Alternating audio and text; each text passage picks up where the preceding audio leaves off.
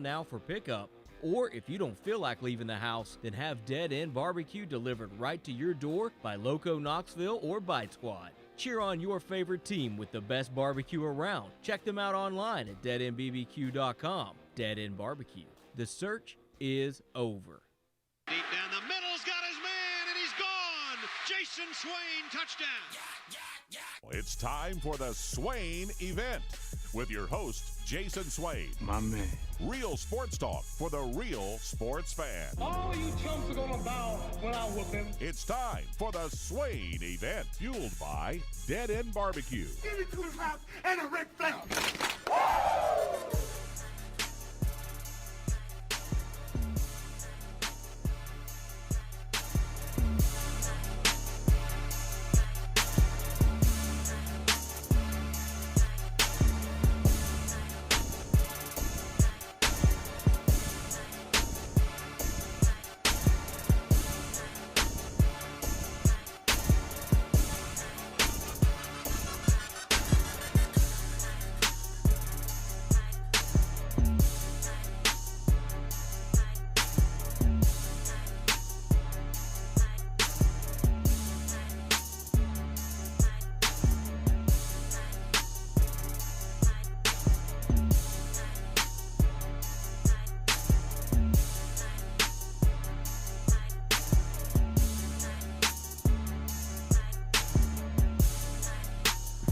Swain Event, SwainEvent.com, fueled by Dead End Barbecue, top 100 barbecue restaurant in America. It is Friday. We made it to Friday, and boy, do we have a lot to cover today. And we brought all hands on deck on the Swain Event. Brad Matthews and myself, Jason Swain live from the Low T Center studio. We got our guy Ben McKee broadcasting live from Hoover, Alabama at the SEC tournament. And we have our guy Seth Stokes joining us from South Carolina, as he does every Friday. So we got a packed house on the show today. Good morning, fellas. Good morning, my guys. How we doing today? Representing from pretty much everywhere in the Southeast. That's right. Mr. Stokes, good to hear your voice, sir. Yes, sir. Ben, another day, another dollar? You making it down in Hoover? I am surviving. Barely, but I am alive this morning. I need a couple of minutes to get nice and lathered up, but I'm good to go and ready to talk some Tennessee athletics this morning. Tennessee picked up its second win of the tournament. First win of the tournament yesterday, and after all the drama of Wednesday, very little drama as Tennessee clapped Mississippi State's cheeks yesterday morning. My goodness, man. Pass the sticks. That is right. They literally did with the run rule. I know, man. Was Mississippi State even prepared to play baseball this It didn't look week? like it, man. That didn't look like a top 10 team in the country. Yeah, No. And what's crazy is they threw all of their best arms yesterday. That was the crazy part. Christian McLeod, he is their ace, and Tennessee's ace, Chad Dallas, was better than their ace. Christian McLeod only made it through 4 innings, and then they bring in their number 2 starter, who is also very good, Will Bednar, and Tennessee got to him, and then Landon Sims is the one that allowed Tennessee to run rule them, and he's probably their best arm out of the bullpen. And I think he had allowed 15 hits on the season entering the game, and Tennessee scored 4 runs off of him in the bottom of the 8th to run rule him. So that was the crazy part, is that Mississippi State threw its best pitchers. Yeah, Tennessee was seeing beach balls out there, and yes, you love to see that kind of performance. Oh, yeah. Guys, Numerous long balls. Guys, there's 4 people on this mic today, and I know how much Ben and Brad, you guys love baseball, and Stokes, you're a big-time Braves fan. It actually bothers you. So, Ben, this is paradise for you guys, man.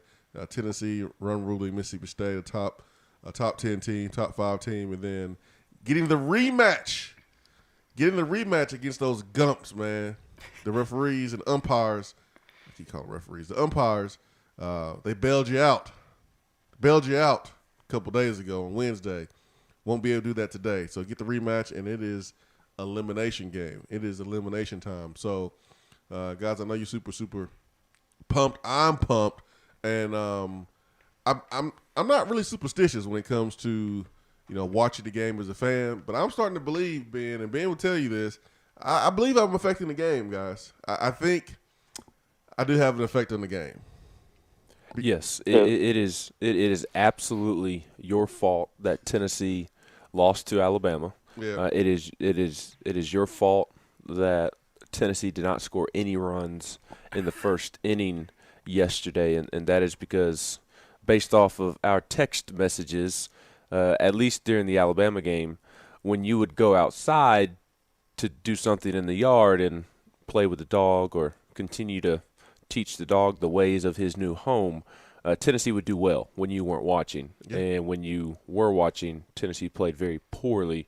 And then I believe yesterday you went out to the yard and you came back in and it was 4-0. So yeah. So I'm ready to go, man. I got my alarm set. Yeah, man. I got my alarm set. I'm watching the game, and no action at all. So I'm like, let me go outside and take the dog out to use the bathroom, and I come back.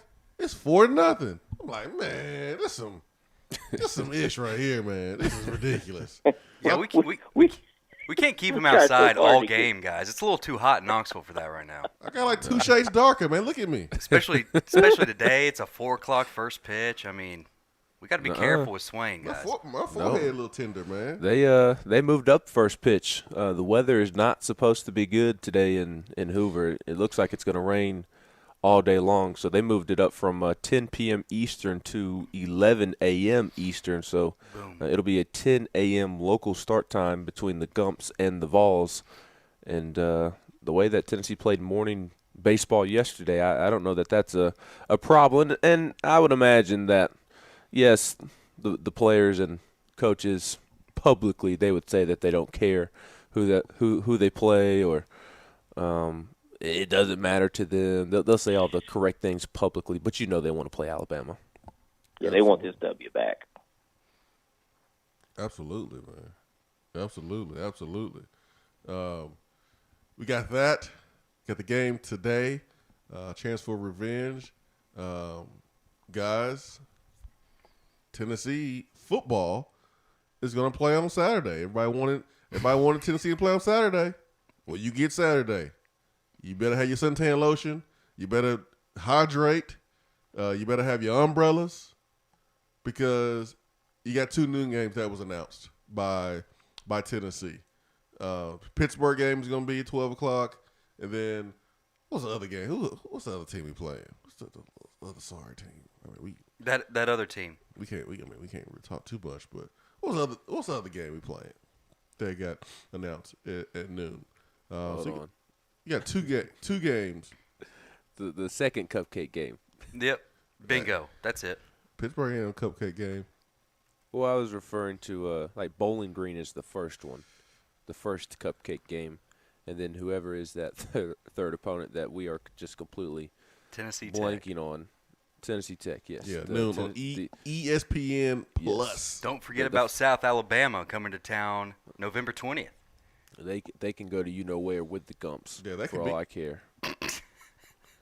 South Alabama, that game can be at noon in November. But you got Bowling Green, 8 p.m. Thursday. Folks complaining about that. Well, that's what happens when you're not good. No, that's what happens when you're smart. You're smart. And you have a crappy matchup. Yeah, when you're smart, because last time I checked, Ohio State's playing on the same day. So try again with that complaint. That's a Big Ten, Swain. No one cares about Big Ten. Yeah, I mean, like, hey, this what happens when you're not good. No, that has nothing to do with it. Now, Pittsburgh playing those guys at noon, that's because you're not good. Right. That's because you're not good. And then the noon game against Tennessee Tech, that has nothing to do with you not being good. That's just how it is. That should be a noon game. Yeah, that should be a noon game. We got time. Let's go ahead and play these dudes, get the game over, and let's have our Saturday night. And if you are Tennessee, you don't want to play a night game anyways versus a Tennessee Tech because you want as much time as possible to get ready for the next game, which is Florida. So you play a noon game. It's over at 3 o'clock, 3:30. Your body has more time to recover and get ready for the next game. If you don't think those couple hours matter, I'm telling you that it does right now. So play a noon game against Tennessee Tech.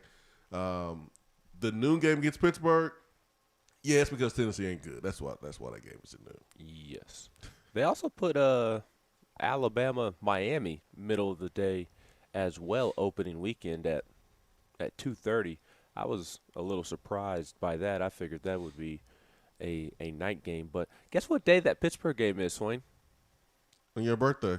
It is. So I am appreciative that it is a noon kick because I can do things after the game. Mm-hmm. Yep. Celebrate a win properly on my birthday. I hope so. I hope you can. Yeah, fingers crossed. Stokes, you are required to come in town that weekend, and we're going to throw a big birthday bash. I shall do my best. You're gonna have to you let me know, and I will do what I can to be there. Well, you're in charge of planning it. You ain't have no birthday bash then. I want S Boogie to show up. Oof, I don't know, man. I think S Boogie retired. Ben, there's a real question that you haven't answered for the people. What's that? I mean, our good friend Jennifer Morris is asking the same thing on Twitter. She's up early, and you aren't giving the people what they want. What is the baseball team having for brunch? What are they having for breakfast? What did they have yesterday before that thumping of the Bulldogs? What's going on this morning with the squad? I don't know. I hope that they're getting more sleep than I am. That I can say that. That's a fair point. How's Ben supposed to know that? He ain't. He's got to get that inside scoop. He's not bunking with what's on the Russell buffet anything. line. Yeah, let me just. You're supposed to have all this information, Mr. Volquest. Yeah. I'm gonna go. Yeah, hold on. I'll let us Stokes and Brad and you handle the rest of this hour, and I'll make my way over to the Tennessee team hotel and just creep on their breakfast and see who's sitting next to who and who looks awake this morning, who doesn't look awake this morning. No, you just got to slide into the Italian Stallions DMs and be like, hey, man, what are we chowing down on this morning? Excuse me? The Italian Stallion does not who we talking use about? Twitter. Who's Italian Stallion? The GOAT, Tony V. Tony V, man. I thought we were talking about Rocky. No, we can talk about Rocky, too. Maybe their breakfast is like mine and just two monsters.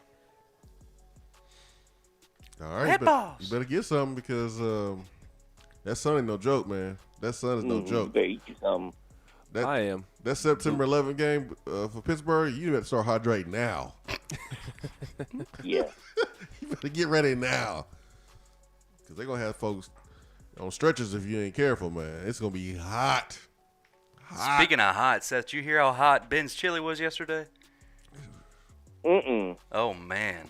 That's why you don't have any energy. My goodness. Probably the hottest my chili has ever been on the show. Oh, man. What was she fired up? Oh, because of that dumbass call? Yes, from stupid Bummy McBumface. Bummy McBumface. That's a great name for him. On the money. Ben's over here sharing his real name. Scott Klein. Yeah. Scott Klein. And I swear, if the SEC tries to put him like behind the plate for today's game between Tennessee and Alabama, I swear I'm going to go sit down crisscrossed apple cross on home plate and protest the game until they get a new umpire. Well, Brad's going to look it up. We'll see. Crisscross applesauce. You'll know about that soon. You got a baby on the way. Okay. He doesn't know what crisscross applesauce is? Well, you initially said crisscross applecross, and that was just the first time I heard it. You got to give it a couple minutes for me to get lathered up, like I said. We'll take our first break of the day here at the Swain Event. Ben McKee, Jason Swain, Brad Matthews, Seth Stokes. Stay with us. Be right back.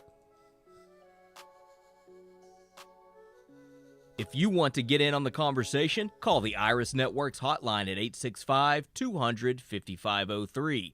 Grow your business with Iris Networks high-speed fiber internet. IrisNetworksUSA.com. If you're coming to Knoxville and need a place to stay, do yourself a favor and book a room at Hampton Inn Paper Mill, also known as the Hampton on the Hill. This award-winning property is literally in the top 5% of all Hampton Inn properties. The GM, Stephen Lawrence, is a good old local boy who grew up in the business around Knoxville. He and his staff are always available, always willing to help, and will go above and beyond for their guests. The newest Hampton Inn in Knoxville has clean, affordable rooms, flat screens, fridges, and microwaves in every room.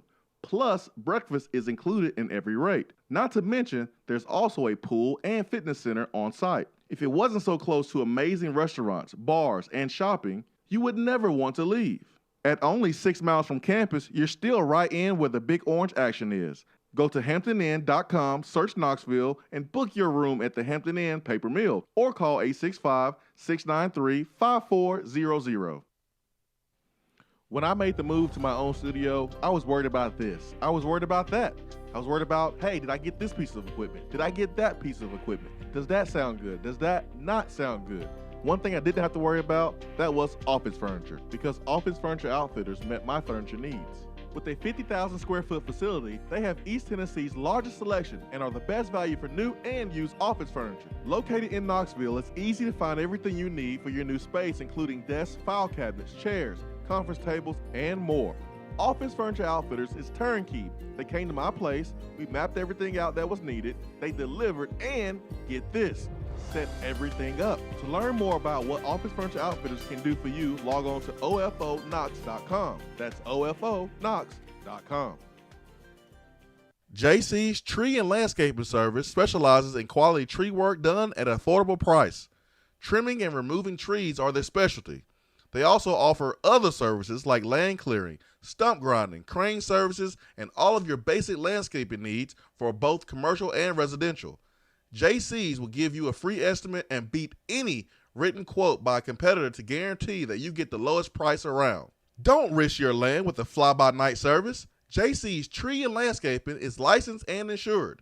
Give them a call at 865-599-3799. For a replay of each day's Swain Event TV, like us on Facebook.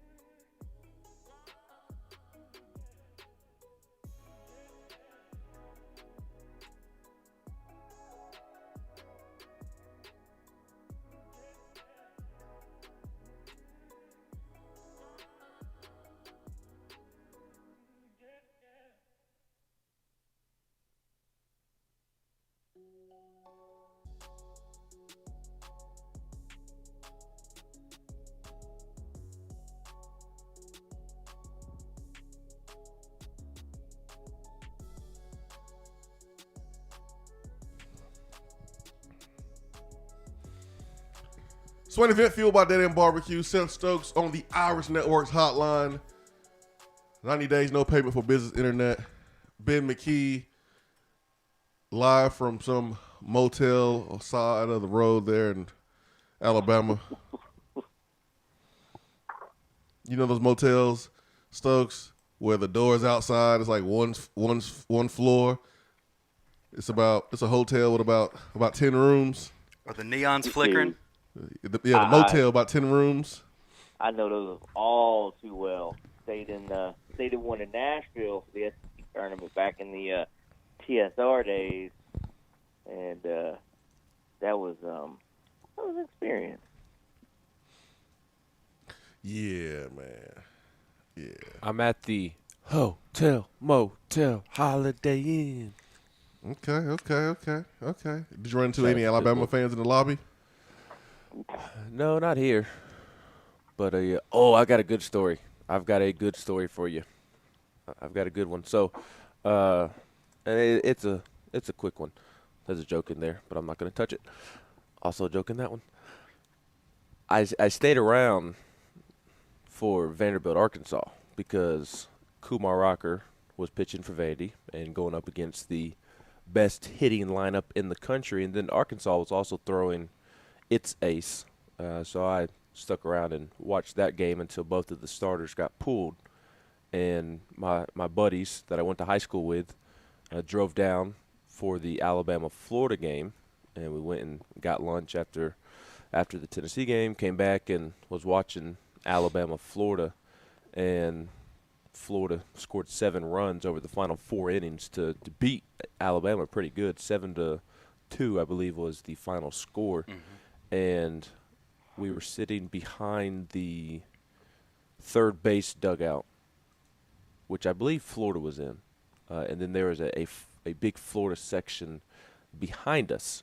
And I was on the last row up top of the bottom section of the Hoover Met. So the concourse where people can walk in between seating sections was right behind me. And then up above was this giant section of Florida fans. And they were happy and screaming, and old Florida fans yelling at old Alabama fans yelling at old Florida fans. One old Alabama fan that was sitting in front of me turned around and said, "Let's play some football. Let's go down there and play some football. How would you like that now?" And like comments like that. Yeah, I mean, you make it sound like he don't have any teeth. I mean, he was old, so that was my old person impersonation. But after the game, Florida's winning, so everybody's kind of clearing out and adjusting before the next game. And there's this Florida fan walking on the concourse, and he's yelling and chirping and saying this, saying that. Not saying anything bad, but just saying, like, "Go get us," and, stuff like that. And I'm standing up, and I turn around and I look at him, and I said, "I got a question for you." I asked him, like, real fast to catch him off guard. "I got a question for you." And he was super confused because I did not have any evidence of the team that I was affiliated. I was wearing my navy blue polo and khaki shorts and my Air Maxes, and I had on a Nike hat. So I was not affiliated with a team. I just had my SEC lanyard on. So he was kind of confused. And I said, "I got a question for you." Because he was chirping about the Florida doing this, Florida doing that, Florida baseball being the best. "I got a question for you. Who won the East?" And he shut up so quickly. The cat had his tongue, and he did not have a response. He was flustered. And so I asked him a second time, "Who won the East? Who won the East?" He said, "Well, Tennessee did." I said, "Oh, okay." And he kept walking. He was so flustered. I'm proud of you, Ben, talking some trash.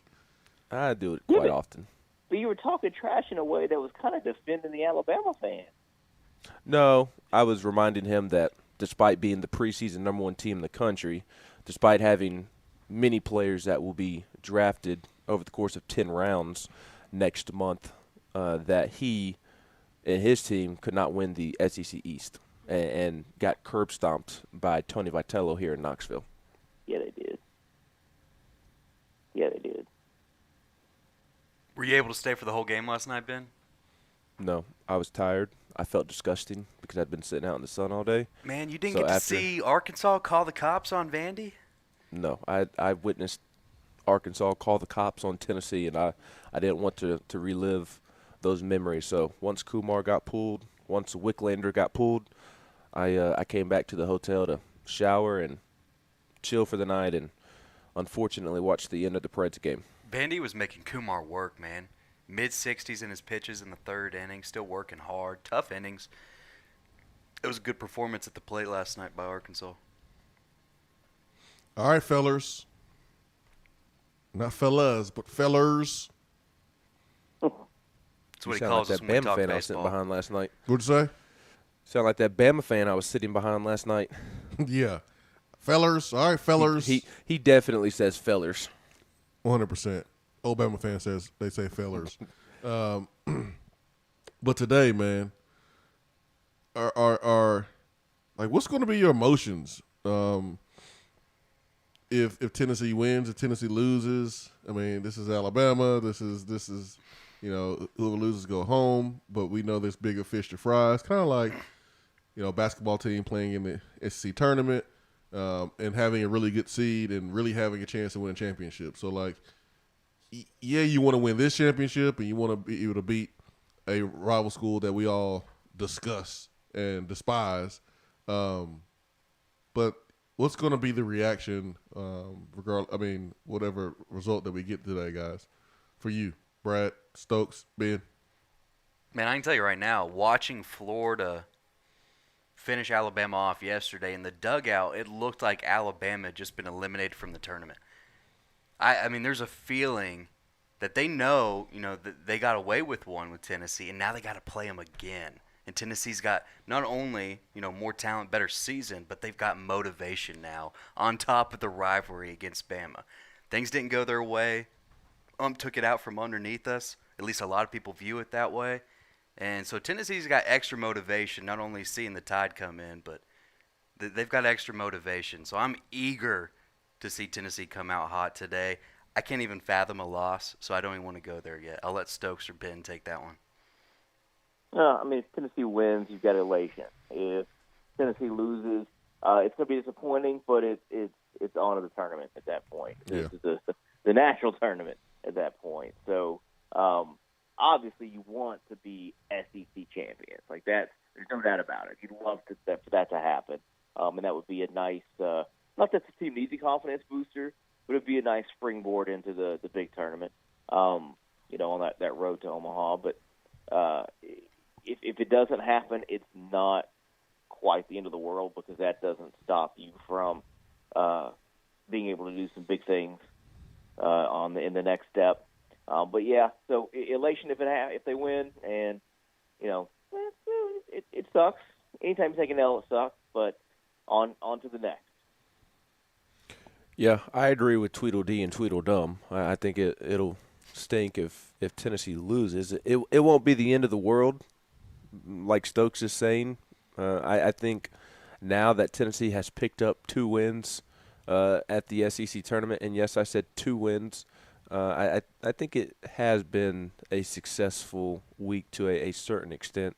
You didn't get swept and sent home. You didn't go 0-2 and get sent home. You were able to win your first SEC tournament game since 2007. You've played good baseball the first 2 days you've been here.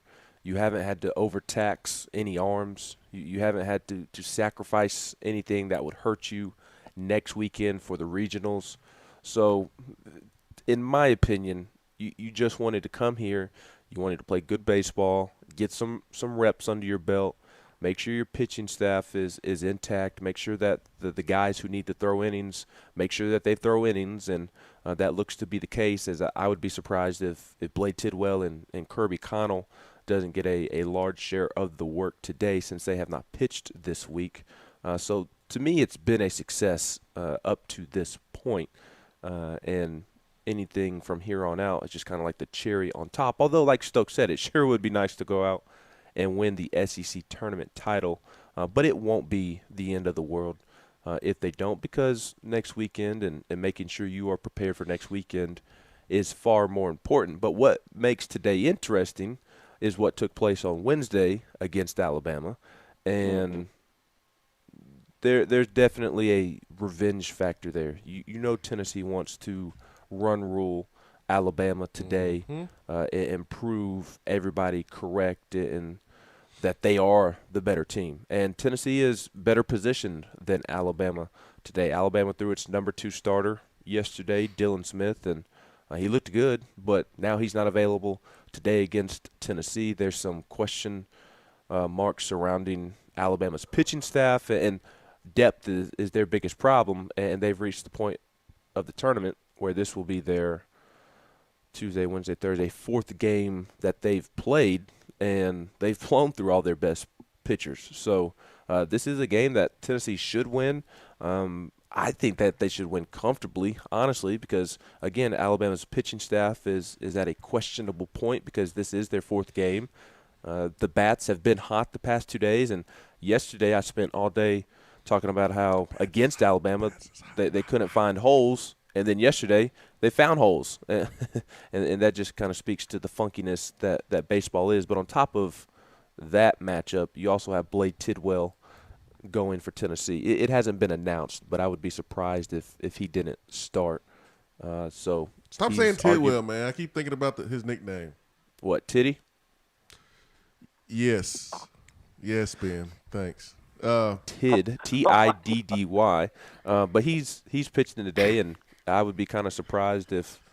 Well, I don't know for sure that he's pitching today. Again, Tony Vitello would not commit to Blade Tidwell pitching today, but he did say that he would love to make sure that he gets some innings before they leave Hoover. And Will Heflin has started, Chad Dallas has started. I would imagine Blade Tidwell starts today, and he has been on fire the last couple of weeks, and it would surprise me if he did not shut down Alabama's lineup as well. You've been hanging out with Tony Vitello too much, man. The ump told Tony where the Tennessee player hit the Bama player. The ump didn't mean for Tony to just blurt it out. He didn't mean for Tony to say, "Oh yeah, man, hit him in the nuts. Yeah, hit him in the nuts. Just hit him in the nuts." Like, you gotta package it a little differently, Tony. You know, you hit him down south. You know, down in the man region. You know, down below the border. You know, he jumped over the wall. His elbow jumped over the wall. I mean, you gotta package it a little bit different. No, not Tony. You hit him in the nuts. And he go Ben, doing the same thing. I can't help that his nickname is Tiddy. We can't take you or Tony Vitello anywhere. Y'all are a mess. Y'all are just immature. No, I'd love to get a drink with both of them, though. Well, Blade Tidwell's under 21, so I don't like recommend to hang out that with one. Tony. No, I'm talking about I'm you, talking Ben, Ben, and I'm talking about Tony. Ben can't drink nothing but like one beer, and he's done. Tony, I've actually witnessed more correct. than that. Because I'm a tank. I'm a liquor guy. Brad can attest. I am a tank. Like he is a liquor guy. I don't know if I would use the word tank or adjective tank in this scenario. Oh, I'm a tank, baby. But yeah, he does. I mean, Malibu don't count, man. This is true. What about my pina coladas? Does that count? That don't count, man. That don't count, Ben. Says the guy who was on vacation 2 months ago, sipping pina coladas at the beach in his Crocs. Hey, man. I haven't had a pina colada. Went on vacay. Ever? No rules. No, I don't think I have, man. I can't remember. Ain't that right, Seth? I'm a Jack and whiskey guy, man. Oh, like me. Yeah. That's what you think you was drinking. I feel like, and you just mentioned it, Ben, and of course I did.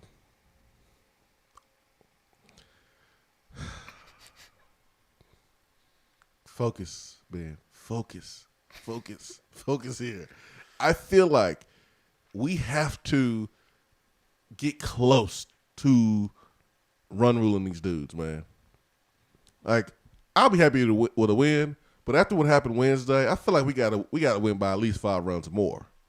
Am I right? Wrong? I mean, it would be nice if it was a decisive victory. Yes. That's what. Yeah, I need a decisive victory, man. That's what I want to see. I would take a win no matter how it comes, but obviously if I could draw it up, I would love to see Tennessee just absolutely beat Alabama's brains in. It seems like no matter the sport, Alabama has Tennessee's number, and weird things always happen in Alabama-Tennessee games, and not even necessarily in relation to officials, and that does tend to feel like it has a large impact. But the fumble and Bryant Denny the last time Tennessee was there, just stupid things like that. Or I don't want to talk about it. Or the SEC tournament. 05? No. The Jarrett Garantano fumble that I was trying to avoid mentioning. Oh, you did that to yourself, my friend. That one. Or the SEC tournament, Devontae Gaines makes a terrific defensive play, but because sports are stupid, then he has to go shoot free throws because Herb Jones fouled him. Just silly things that never work into Tennessee's favor. Always seems to happen against Alabama. So I would take a 1-run win, even if it came on the walk-off variety. But, yes, it sure would be nice to see a run rule go into effect because Tennessee played that exciting brand of baseball. If Tennessee wins today, Ben, what's the scenario for Saturday? They play Florida. I saw noon. I thought it was at 3. It says 1 p.m. Eastern, so noon, yeah. Yeah, against Florida. Florida, since Florida has not lost in the SEC tournament, they essentially made it through the winner's bracket. So they get today off. So Tennessee will play Florida if they win, when they win, tomorrow at 1 o'clock Eastern. And then if they win that game, they're in the SEC tournament final. And then where would Florida go? Home, right? Home. Because single elimination at that point. Yep. Gotcha.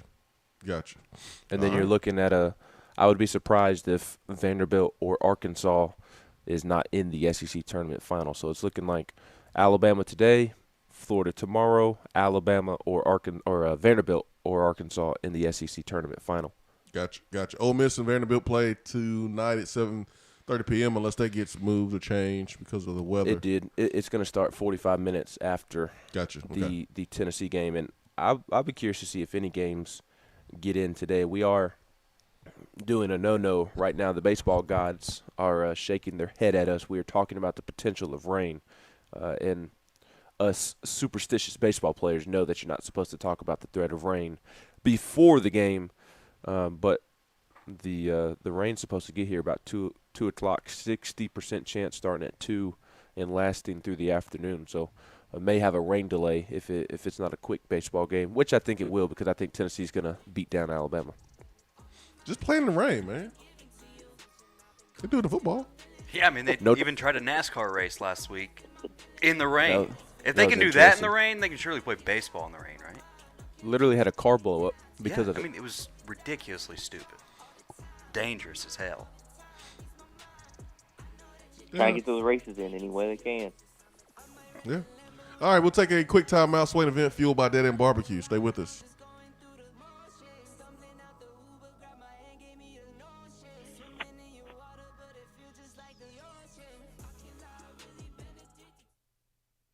JC's Tree and Landscaping Service specializes in quality tree work done at an affordable price. Trimming and removing trees are their specialty. They also offer other services like land clearing, stump grinding, crane services, and all of your basic landscaping needs for both commercial and residential. JC's will give you a free estimate and beat any written quote by a competitor to guarantee that you get the lowest price around. Don't risk your land with a fly-by-night service. JC's Tree and Landscaping is licensed and insured. Give them a call at 865-599-3799. Out-of-town law firms have been swarming into East Tennessee lately. Firms from Memphis, Chattanooga, and Birmingham have stormed into the area. Wouldn't you rather do business with a local law firm? You know, a true neighbor. Marcos Garza and the pros at the Garza Law Firm are just that. They are our neighbors and friends that support local causes year-round. The Garza Law Firm works to serve you professionally on criminal matters, injuries and accident matters, and Social Security and disability filings. The Garza Law Firm is here for you at GarzaLaw.com. The Garza Law Firm. Let us help. We're here with Dr. Michael Carlson of Tennessee Regenerative Sports Medicine to discuss stem cell treatment and PRP. If you have orthopedic injuries such as shoulder pain, knee pain, Achilles tendonitis, or tennis elbow, you should give them a call. That's right, Jason. We specialize in regenerative non-surgical orthopedics. So we treat damaged tendons, ligaments, and joints by using ultrasound-guided injections with stem cells or PRP. And this form of treatment actually stimulates the body's own reparative process and allows for healing of the damaged tissue. So, Doc, what makes your training different than others? Well, Jason, I've been practicing in Knoxville for 26 years, and I'm certified in interventional regenerative orthopedic medicine through the American Academy of Orthopedic Medicine. So unlike the big seminars that will advertise stem stem cells, fly someone in for a couple hours to talk about supposed stem cells that you order off of a shelf. Then they'll depart, leaving the patient wondering who will be the person injecting me and what their level of training is. At Tennessee Regenerative Sports Medicine,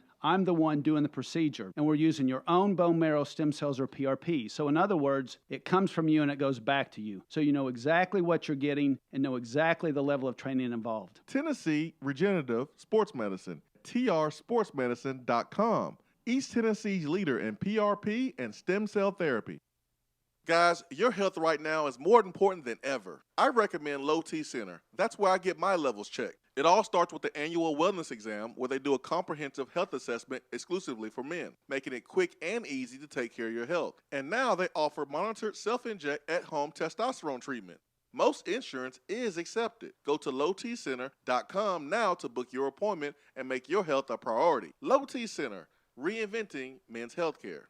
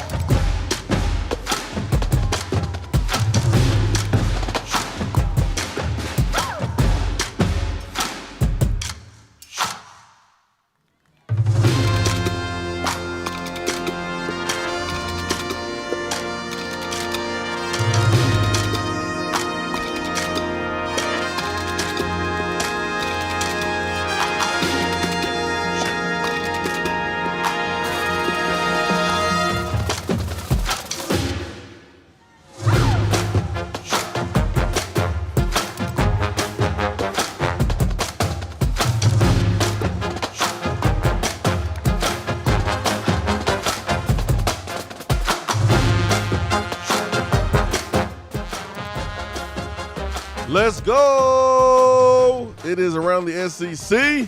Ben McKee, what you got for us today? It wasn't much of a newsy day yesterday. I did want to bring up some other SEC kickoff times that were announced because the SEC did announce the first 3 weeks of the TV schedule. So some games that stand out. I mentioned that Alabama-Miami, it'll be at 3:30 Eastern on ABC. You have Georgia-Clemson at 7:30 p.m. Eastern on ABC, and both of these games are Week 1 on Saturday, September 4th. And then Louisville-Ole Miss will play on that Monday at 8 p.m. Eastern. Week 2, let's see what good games we've got. Texas at Arkansas at 7 p.m. Eastern.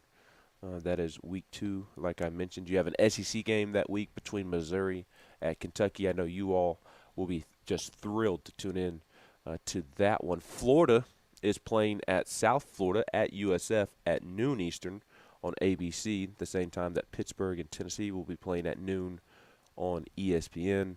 Go get him, AJ Artis. That's right.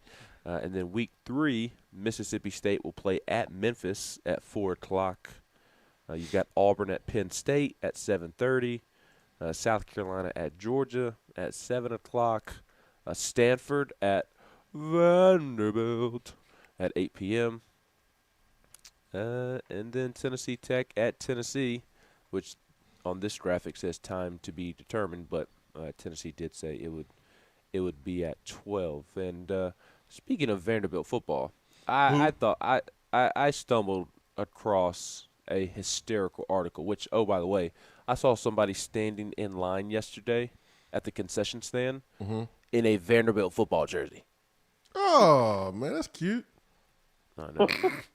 I thought so as well. But you know what's even cuter is that Vanderbilt felt the need to announce that it plans to be at full capacity for home football games this year. They ain't never been at full capacity. For what? There's some things you just don't have to announce. Hey, everybody. Hey, I'm about to go to the bathroom. My stomach is hurting. Just want to let everybody know that. All right, man. Thanks for letting us know, man. That's something you keep to yourself. No one cares. Vanderbilt, no one cares you're going full capacity. It's only full capacity when Vanderbilt's playing Tennessee at home, and Tennessee fans buy up all the tickets. That's the only time they're full capacity. Yep. So there's no reason to even announce it. No one cares. Well, technically Vanderbilt's been social distancing for a long time. Very long time. Yes. Fauci, Dr. Fauci's proud of Vanderbilt, man. Yeah. Of course, it's Vanderbilt that's been setting the standard in that regard. But to be fair, they do have multiple games sold out a year. It's just when Georgia, LSU, Florida, Alabama, Auburn, teams like that come into town. Those are facts. Let me ask y'all this, though.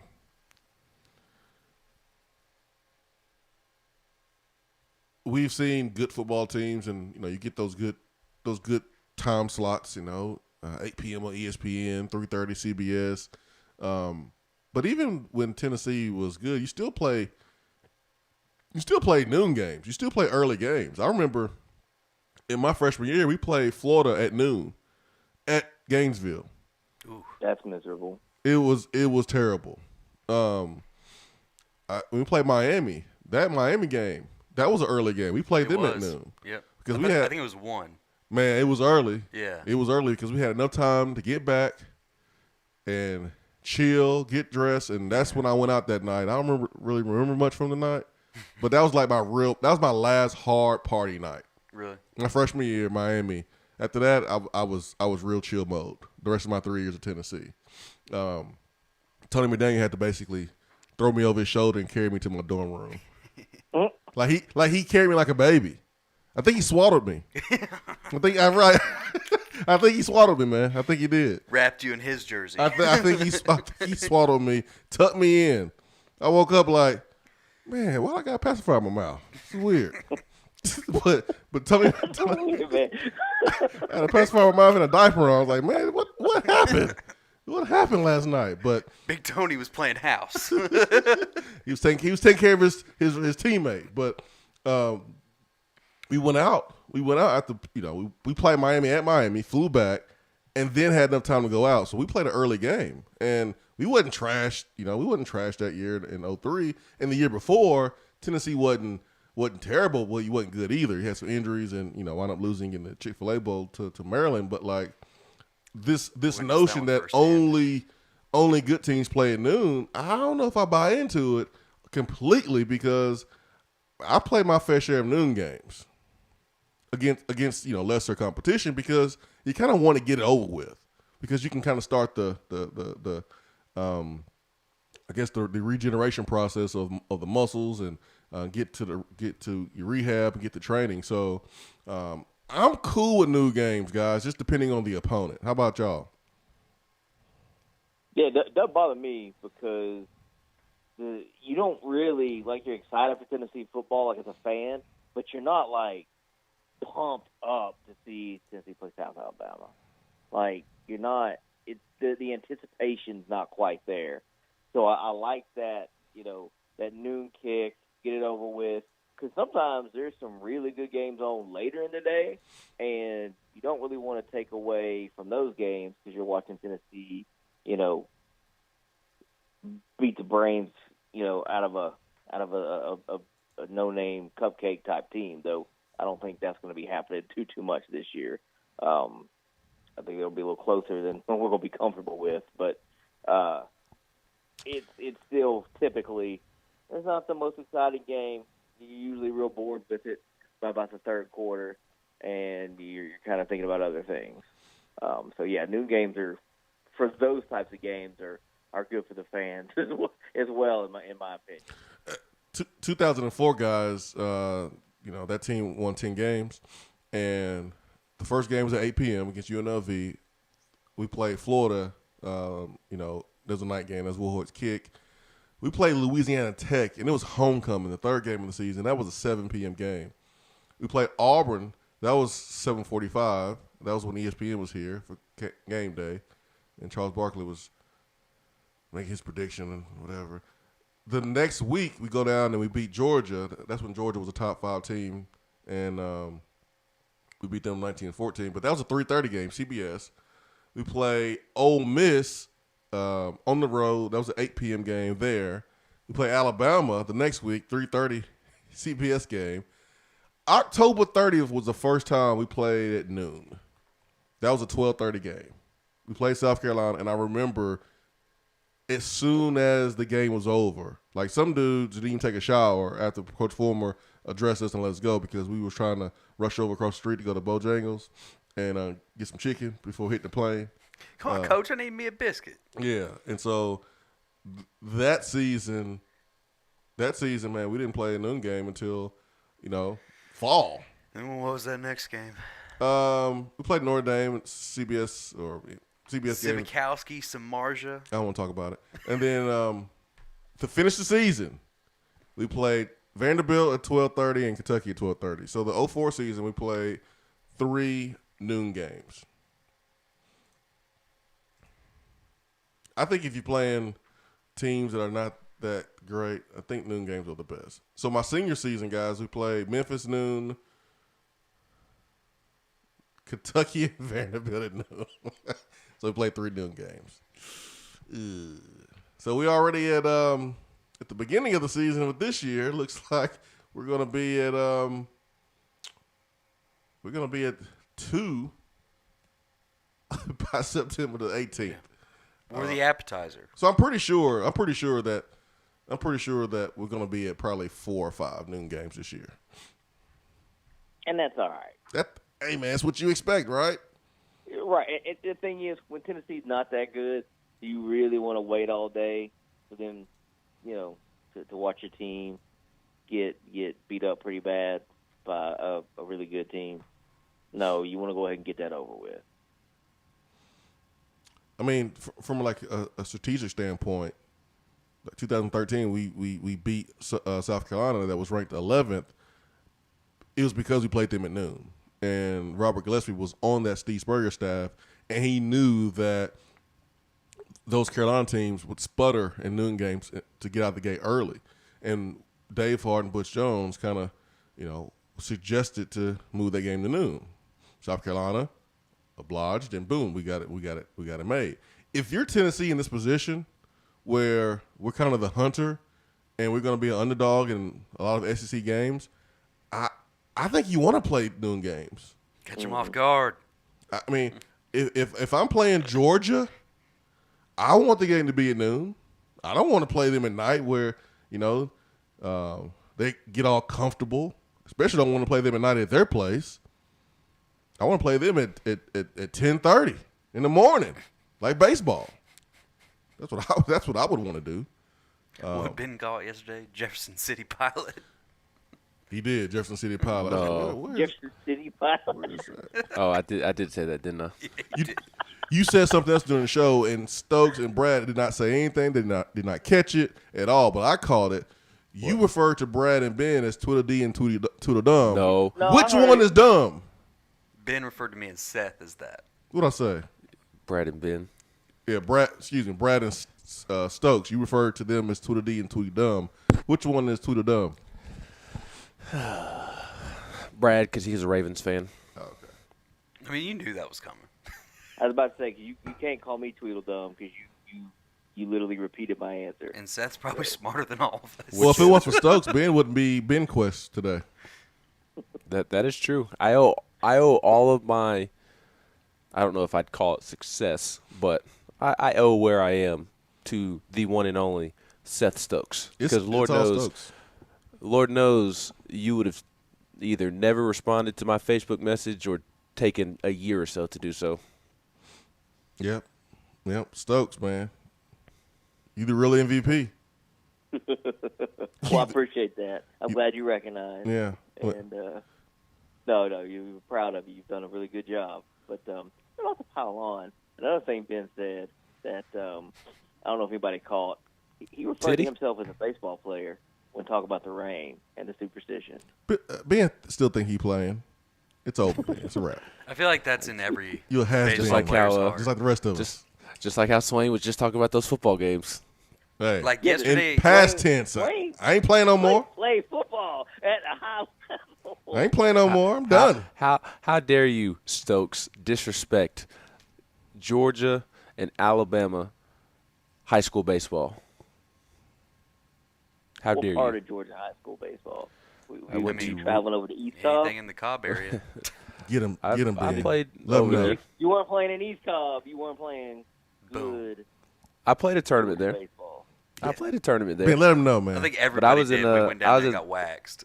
Yeah, I think every player or person who played AAU baseball at some point, for the most part, played a tournament there. Yeah. Let him know, Ben. Let him know, man. Let him know. Drop the hammer. Let him know who your friend is. Let him know. I have many friends, Swain. Nah, man. Let him know. Drop the hammer. Don't be playing around with him. Shut him you up, mean Ben. The one who was the number 4 overall pick in the MLB draft by the Atlanta Braves. That's right. That's right. Well, you got a friend that actually is a baseball player. That's close. Correct. That matters. That's right. He's his caddy. He's his caddy. He's like the Uncle Rico of the show. Yeah, he's a caddy. I know that's for golf, but Ben was his caddy in baseball. He would carry his bats for him. I would drive him to games. Does that count? That counts, man. That counts, Ben. We would ride together. That was one when I played in Georgia my freshman and sophomore year. We always took a bus, no matter where it was, to road games. But when I moved to Huntsville for my junior and senior year, we had to drive ourselves unless we came down here to Birmingham to play. Then we would take a bus. But if we were staying in North Alabama to play, we had to drive ourselves. So Kyle would ride with me. Around. You got his bat bag and his sack of fresh baseballs out of the trunk for him. Ben's version of driving Miss Daisy. Yep. Me, Kyle, and Kari. Kari would ride with us too. Hey, man. That's a real friend. Because Buckhorn, we produce just exceptional athletes. I decided to go to school instead. I thought school and college was far more important. I thought the journalism field was far more important. I just had a greater passion for being a supposed sports journalist. So that's the path I took instead of trying to play professionally. I easily could have done it. I would have been the number one. I would have been the number 1 overall pick. I mean, I'd be tearing it up right now. But I'd rather sit here and just talk to you all idiots. Hey, Stokes, Ben's not the only guy here that has a couple, pro players from his high school. Don't you have some too? Yeah, Justin Fields. Uh-huh. He's from Harrison High School. Uh-huh. Paul Oliver, rest in peace. Oh yeah, he was P.O. from Harrison High School, and yep. they produced some talent over the years. That's right. What about Brad? We got some Farragut people in the league, don't we? Boy, what did you just say? Didn't you go to Farragut? No. Huh? Get out of here with that. You're not an admiral? Oh my God. You didn't anchor down in high school, Brad? I thought you was a Farragut admiral. Swain, to your point, Brad does have the alum that just trumps both Seth and I. Who's that? Drew Pember. Oh man. Oh, Brad went to Bearden's. See what I did there? Because Bearden and Farragut, they're big-time rivals. You see how bad Brad got? His chili got a little hot there. I mean, even speaking to you I would right too if my rival was better than me. Let's go look at these records. What are we comparing? Anything and everything. All I know is I see Farragut here, Farragut there, and I don't ever see Bearden. Is anybody in the league from Bearden? In the league? Yeah, just any sport. I don't have any, so I'm keeping I mean, my we've mouth had a closed. couple of pros, but not like. I do think that you win this battle because not only do you have Drew Pember, but you also have Holly Warlick. So yes, you win this She battle. didn't even coach him. Burt Bertelkamp. Oh yeah.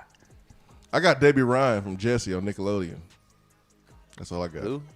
Debbie Ryan. She plays Jessie, Nickelodeon. Interesting. That's all I got. She went to Gresham. That's all I got. Also, Swain, Yo. I mentioned that my buddies came down from Huntsville yesterday. That's oxymoron. And we were talking at lunch, and they were curious because 2 of them they coach baseball at Grissom. One of them is the head baseball coach.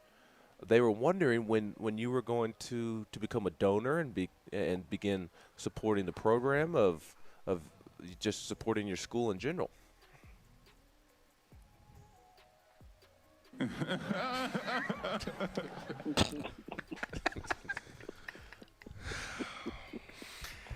Nah. That's a good question, man.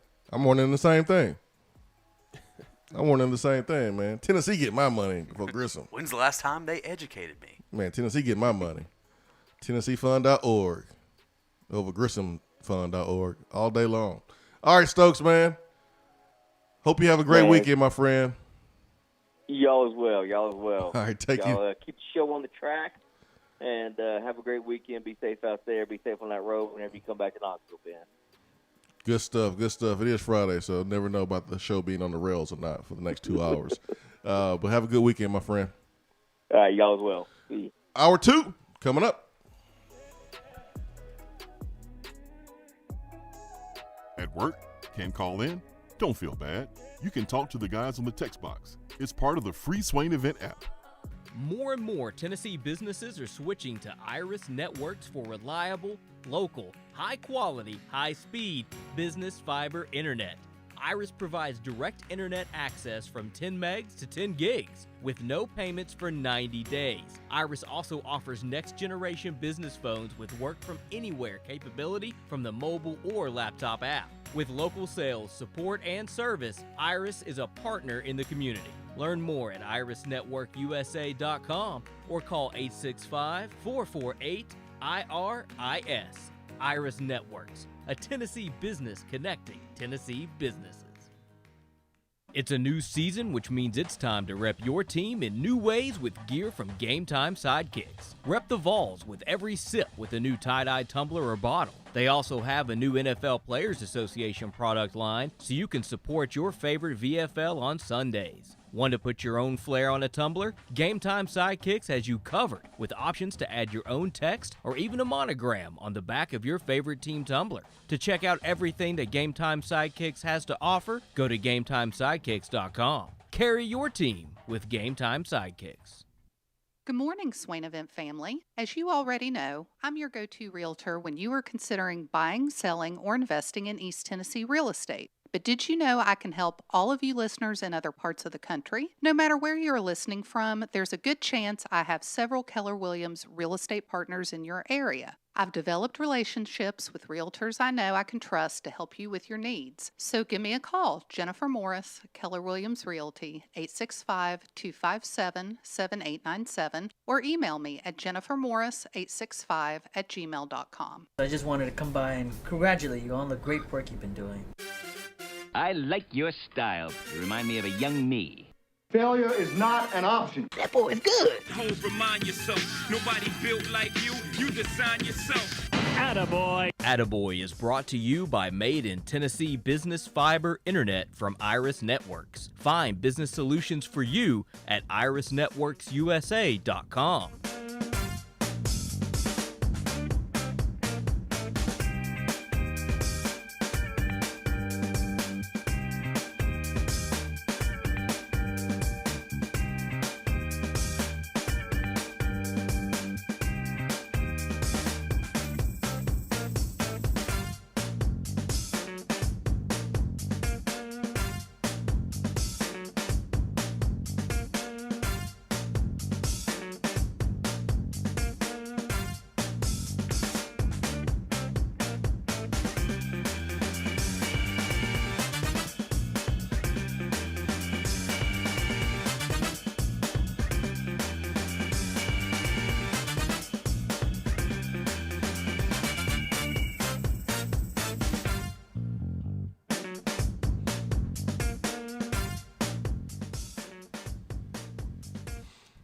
Attaboy is brought to you by Iris Networks, specializing in business, fiber, internet, and voice.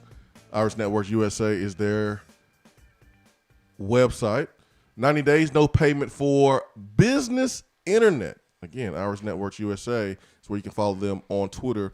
Their telephone number is 865-448-4747. Business owners, if you want to experience high quality, great customer service, local. Iris Networks is a local Tennessee company and made in Tennessee, especially to help Tennessee businesses. I have an attaboy today, and Ben's favorite artist in the world, favorite actor in the world. His son, Jaden Smith, is paying it forward. He is right now. He's launching the I Love You restaurant. It is a vegan food truck initiative to combat food insecurity for Los Angeles homelessness. He says our mission is to spread love to communities experiencing food or housing insecurity by offering water along with fresh, high-quality, delicious, sustainable meal options. Smith's vegan meals found their way to 8,000 of LA Skid Row residents. Eventually, I Love You's efforts were expanded to serve at-risk residents in Harlem, New York City. So basically, man, he's opening a restaurant. This restaurant where you eat for free if you're homeless. You eat for free if you are homeless, and if you are not homeless, you got to pay, and you can pay whatever whatever. No, actually, you got to pay double or more than what the food actually costs. So, man, he's just spreading love. He's spreading love. You just never know a person's story when they hit some hard times. You never know a reason for why someone is homeless or when someone is struggling. Everyone talks about respecting the veterans and things like that. Well, there's a lot of veterans that are homeless, that are out of work. There's organizations, there's people just like Jaden Smith that are putting forth their energy and efforts to try to help them and help them get off their feet. There's East Tennessee communities, East Tennessee organizations that are put in place to try to help veterans get back on their feet. And so I just want to give an attaboy to Jaden Smith, man. Really cool concept. The restaurant's called I Love You. So that's my attaboy for today. It's a good one, man. What you got, Ben? We can highlight some of individual performances from yesterday's baseball game. Let's do it, Chad Dallas was absolutely awesome on the bump. It was ace versus ace with the pitching matchup yesterday, and Tennessee's ace was better than Mississippi State's ace. Chad Dallas improves to 10-1, and now that I think about it a little more in depth, Chad Dallas does deserve a big attaboy because he now has 10 wins on the season, and he is the first Tennessee pitcher to 10 wins in a season since 2005. And there was a pitcher, his first name's escaping my mind at the moment, but Atkins, he had 10 that year. Also in 2005, Luke Hochaver set the Tennessee school record for 15 wins that season. So Chad Dallas, with yesterday's pitching performance, is the first Tennessee pitcher since 2005 to win two. Mississippi State lineup pitched into the seventh inning, only gave up 6 hits, 1 earned run, 1 walk, and efficient 93 pitches. So he was terrific. And then Pete Durkee jumpstarts Tennessee's offense with a 3-run home run there in the bottom of the second. So several very, very good individual performances yesterday within Tennessee's win. Liam Spence, I talked yesterday about how he went 1 for 6 against Alabama, and that was a little deceiving because he hit the ball hard all day long. It was just right at somebody. Well, yesterday those hard hits found holes within the Mississippi State defense, and he goes 3 for 4 with 2 RBIs, 2 runs. Max Ferguson was 3 for 5, 3 RBIs. Drew Gilbert, who had been slumping, he was 1 for his last 15 entering the day, and he went 2 for 5 with 2 RBIs. Jordan Beck went 2 for 4, hit his team-leading 14th home run of the season. In Apo Taco to give Tennessee a 5-1 lead when the game was still decently close. Connor Pavoloni just continues to be a warrior at the plate, behind the plate. He was 2 for 3 yesterday. And then I did mention Pete Durkee and his 3-run home run that kind of injected life into Tennessee pretty early on yesterday. He finished 2 for 4. So just a really, really good day by everybody involved for Tennessee baseball. 15 hits led to 12 runs. A very good day of baseball for the Vols. It was old James Atkins back between 2005, 2007 there, Ben. Top 10 in the SEC when it comes to strikeouts for a career during his time at Tennessee. He was a stud. Thank you. Thank you for letting me know that it was James. I had Doug Atkins, the Tennessee football player, on my mind, and I couldn't get Doug out of my head. I had Greg on my mind, the former Tennessee offensive lineman, former Tennessee offensive line coach, who is where is he right now? Where did he go? He was at Marshall.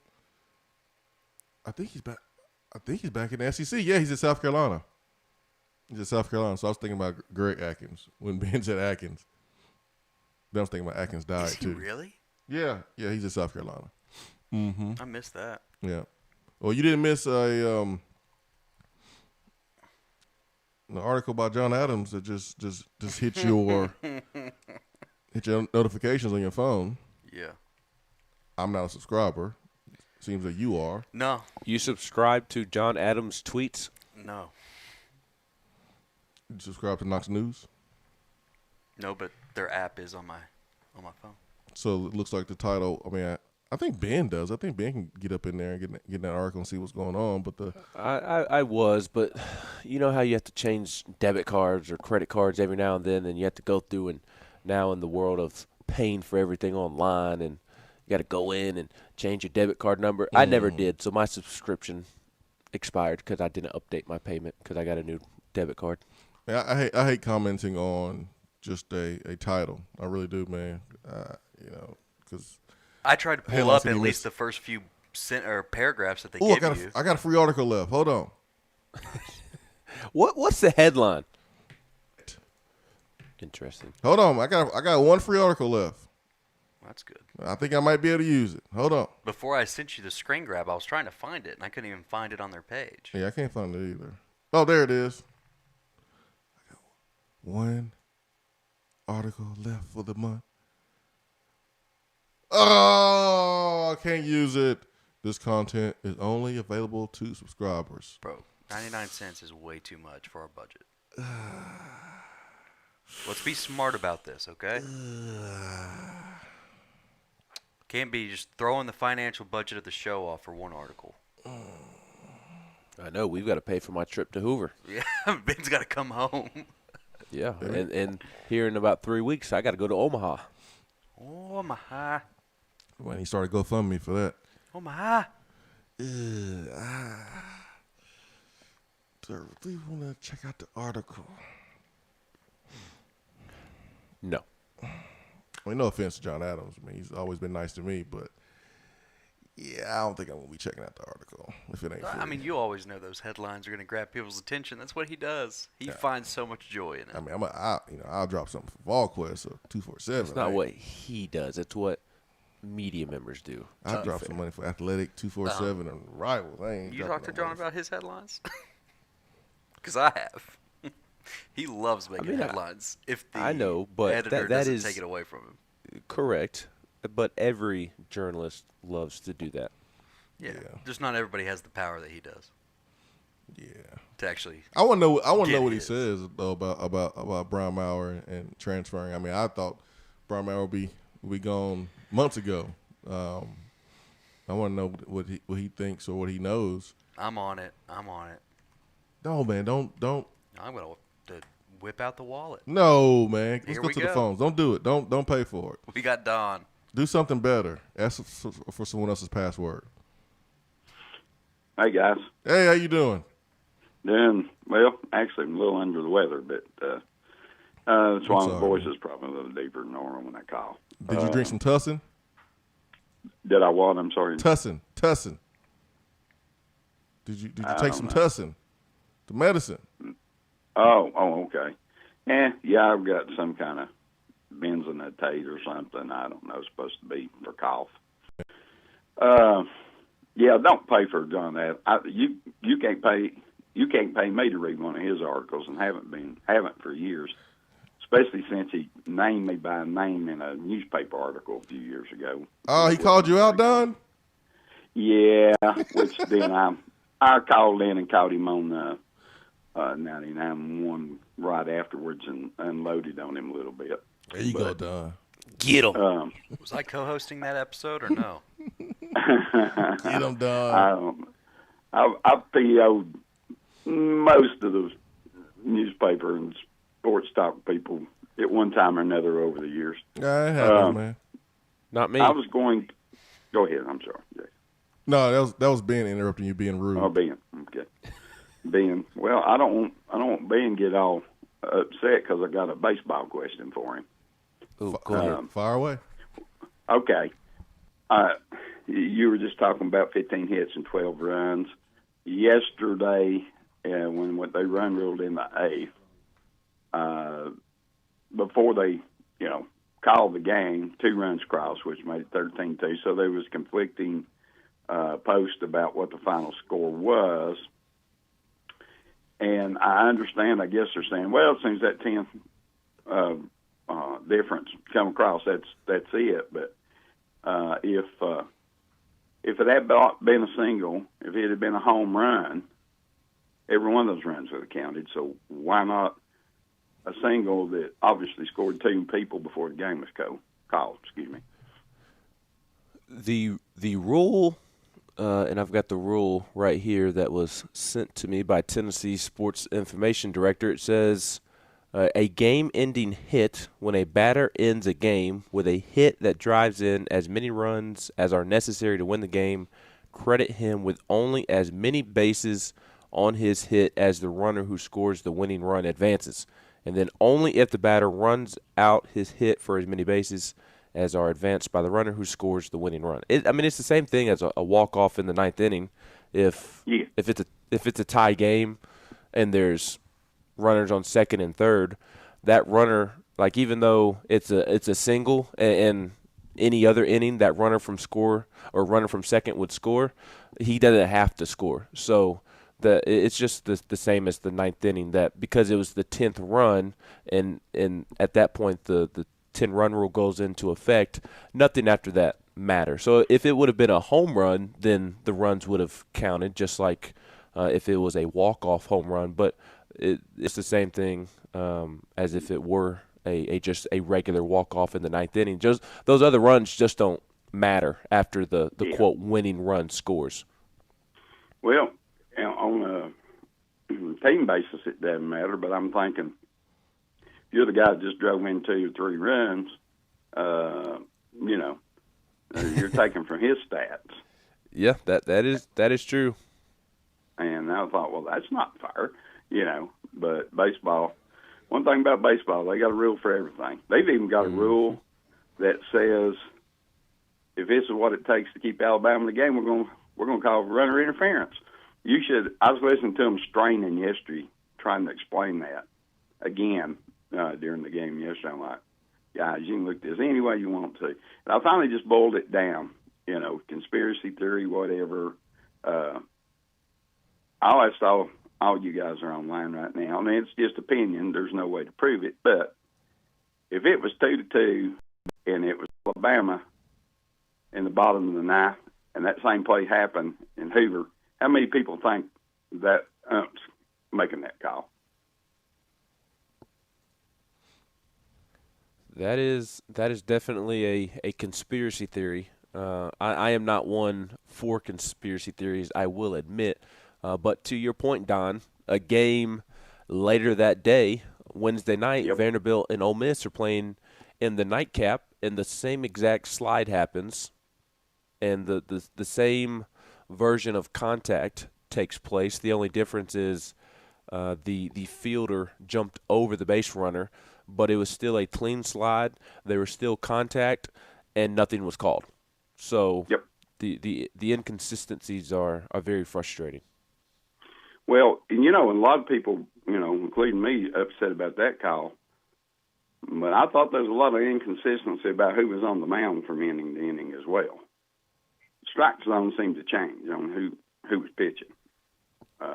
Especially those kind of medium to high outside fastballs. Whether it's on catching the corner or not catching the corner. It just seemed to me like it was a little bit, and I'm not the only problem. I've heard a lot of people on not just callers, but, host the shows around.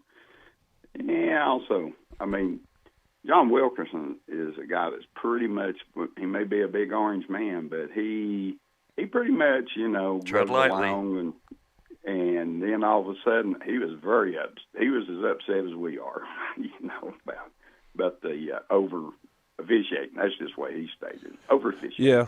I was after the game I was trying to figure out the rule, and John was grabbing some food from the media room, and he and I were sitting there trying to figure out the rule and figure out what had happened, and we were both just baffled because like we talked about yesterday, you see runners interference called often, but it's when the base runner goes out of his way to impede the fielder, or goes into second too aggressively, or slides out of the baseline, and that did not happen with Max Ferguson's slide. It was a clean slide that coaches teach players how to slide into second and break up a double play, and I've never seen runners interference called on a clean slide going into second. Well, one of the things that Tony said right off in his media thing about, the umpire saying he hit him in the privates. Well, I don't know what that's got to do with it. I mean, if you think it was intentional, you throw him out of the game. Of course, the game's over. But that doesn't change the play, regardless of where his hand might have hit.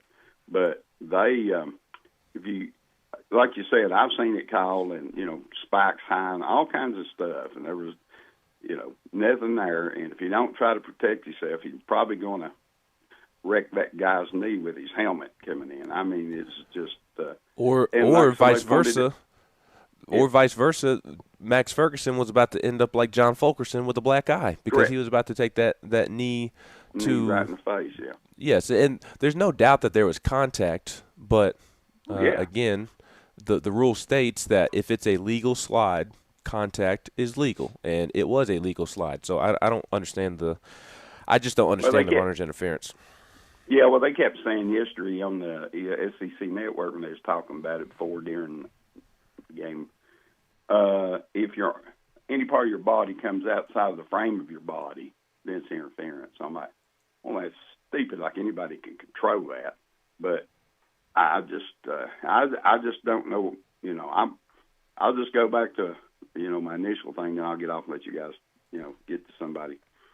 I 100% do not believe if the rows were reversed down there that call's made. I think if it was the third inning, not the ninth inning, in a game-winning situation, that call's not made. It's just like the Jabbar Gaffney catch-up here. Then I heard the SEC head of officials on another show when the question was posed, if that same play happens at the 50-yard line or in the field rather than in the end zone, is that a catch? And the guy sat there and admitted, no, it's not a catch. Anywhere else except the end zone. Really? Is the end zone not part of the field? Just justifying. And I think the replay thing is, it's just to confirm they're not overruling that call. Appreciate the phone call there, Don. Thank you, man. Thank you for calling. I hope you have a good weekend. I want to hit the text box. Looney says John Adams is the king. Solid takes, not a sheep. Great sense of humor. Other sports writers should take notes. Good show, GBO.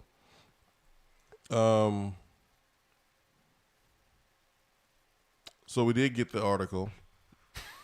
We have the article now. Thanks to Brad. Brad made it rain, and we do have the article. And so I want to make sure that anytime we discuss an article, not just to go by the headlines. Let's do our work. Let's not be lazy with our takes. Let's actually read the articles. We know what headlines are. Headlines are supposed to be enticing to make you read the article. Exactly. Every headline is clickbait. I took one journalism class, I think during midterm or summer, and that's one thing I learned. And I had no idea I was going to be doing what I'm doing, but I took it. I don't know why I took it, but I took it. And I'm glad I did But one thing I learned is every headline's supposed to, draw you in. Yeah. So basically every headline's their story. Yeah, every headline is supposed to be clickbait. So I get that. And so, John Adams' headline, if you just look at it, you may have your own opinion just based on the headline, but without really reading the article, I don't think you're doing yourself any justice of really having a solid stance one way or the other. So, looking at some of the article here, it says, why is Brown Mouth still on the Tennessee football team? Doesn't he know that this is the era of transfers, especially when you are a quarterback, which is true. It's as though his career goal is to be a Vol for life. I'm not saying he will be. I wouldn't be surprised if he enters the transfer portal tomorrow or the next day. But after 2 seasons of hints that he would be better off somewhere else, oh, yeah, we've seen those hints. John must be on Instagram too, right? If he knows about those. John says he wouldn't be surprised if he entered the transfer portal. I read that already. Maybe Tennessee's junior to be is a throwback. Perhaps he believes you are supposed to finish what you start. That transferring is the equivalent of quitting. Many people view it that way. Transferring is the equivalent of quitting? Yes, many people view it that way. Maybe not the majority. Maybe not the demographic and the age that is going through it now. But a lot of people do. I think that's the worst sports take ever. And that's fair. I'm just saying, but some people view it that way.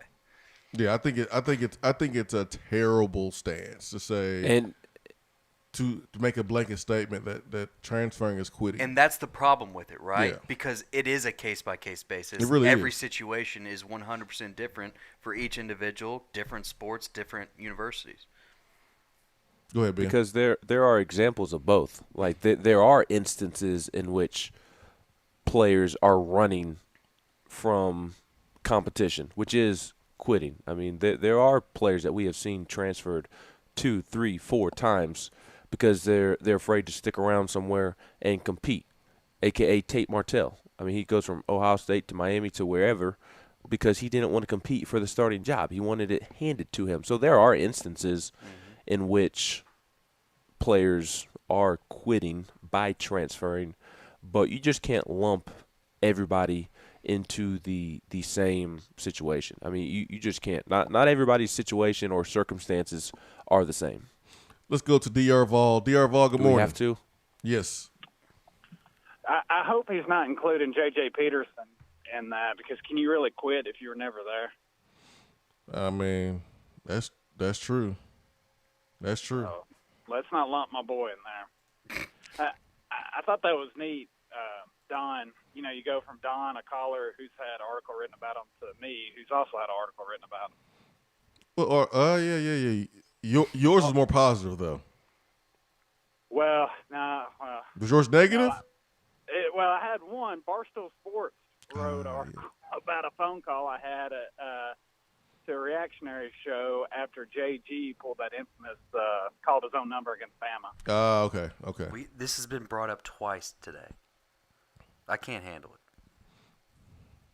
What's that? Oh, JG? Dude, it's going to be brought up, man. It's going to be brought up because it's... Y'all don't understand what happened in my home that night, though. Man, My wife was scared for her life.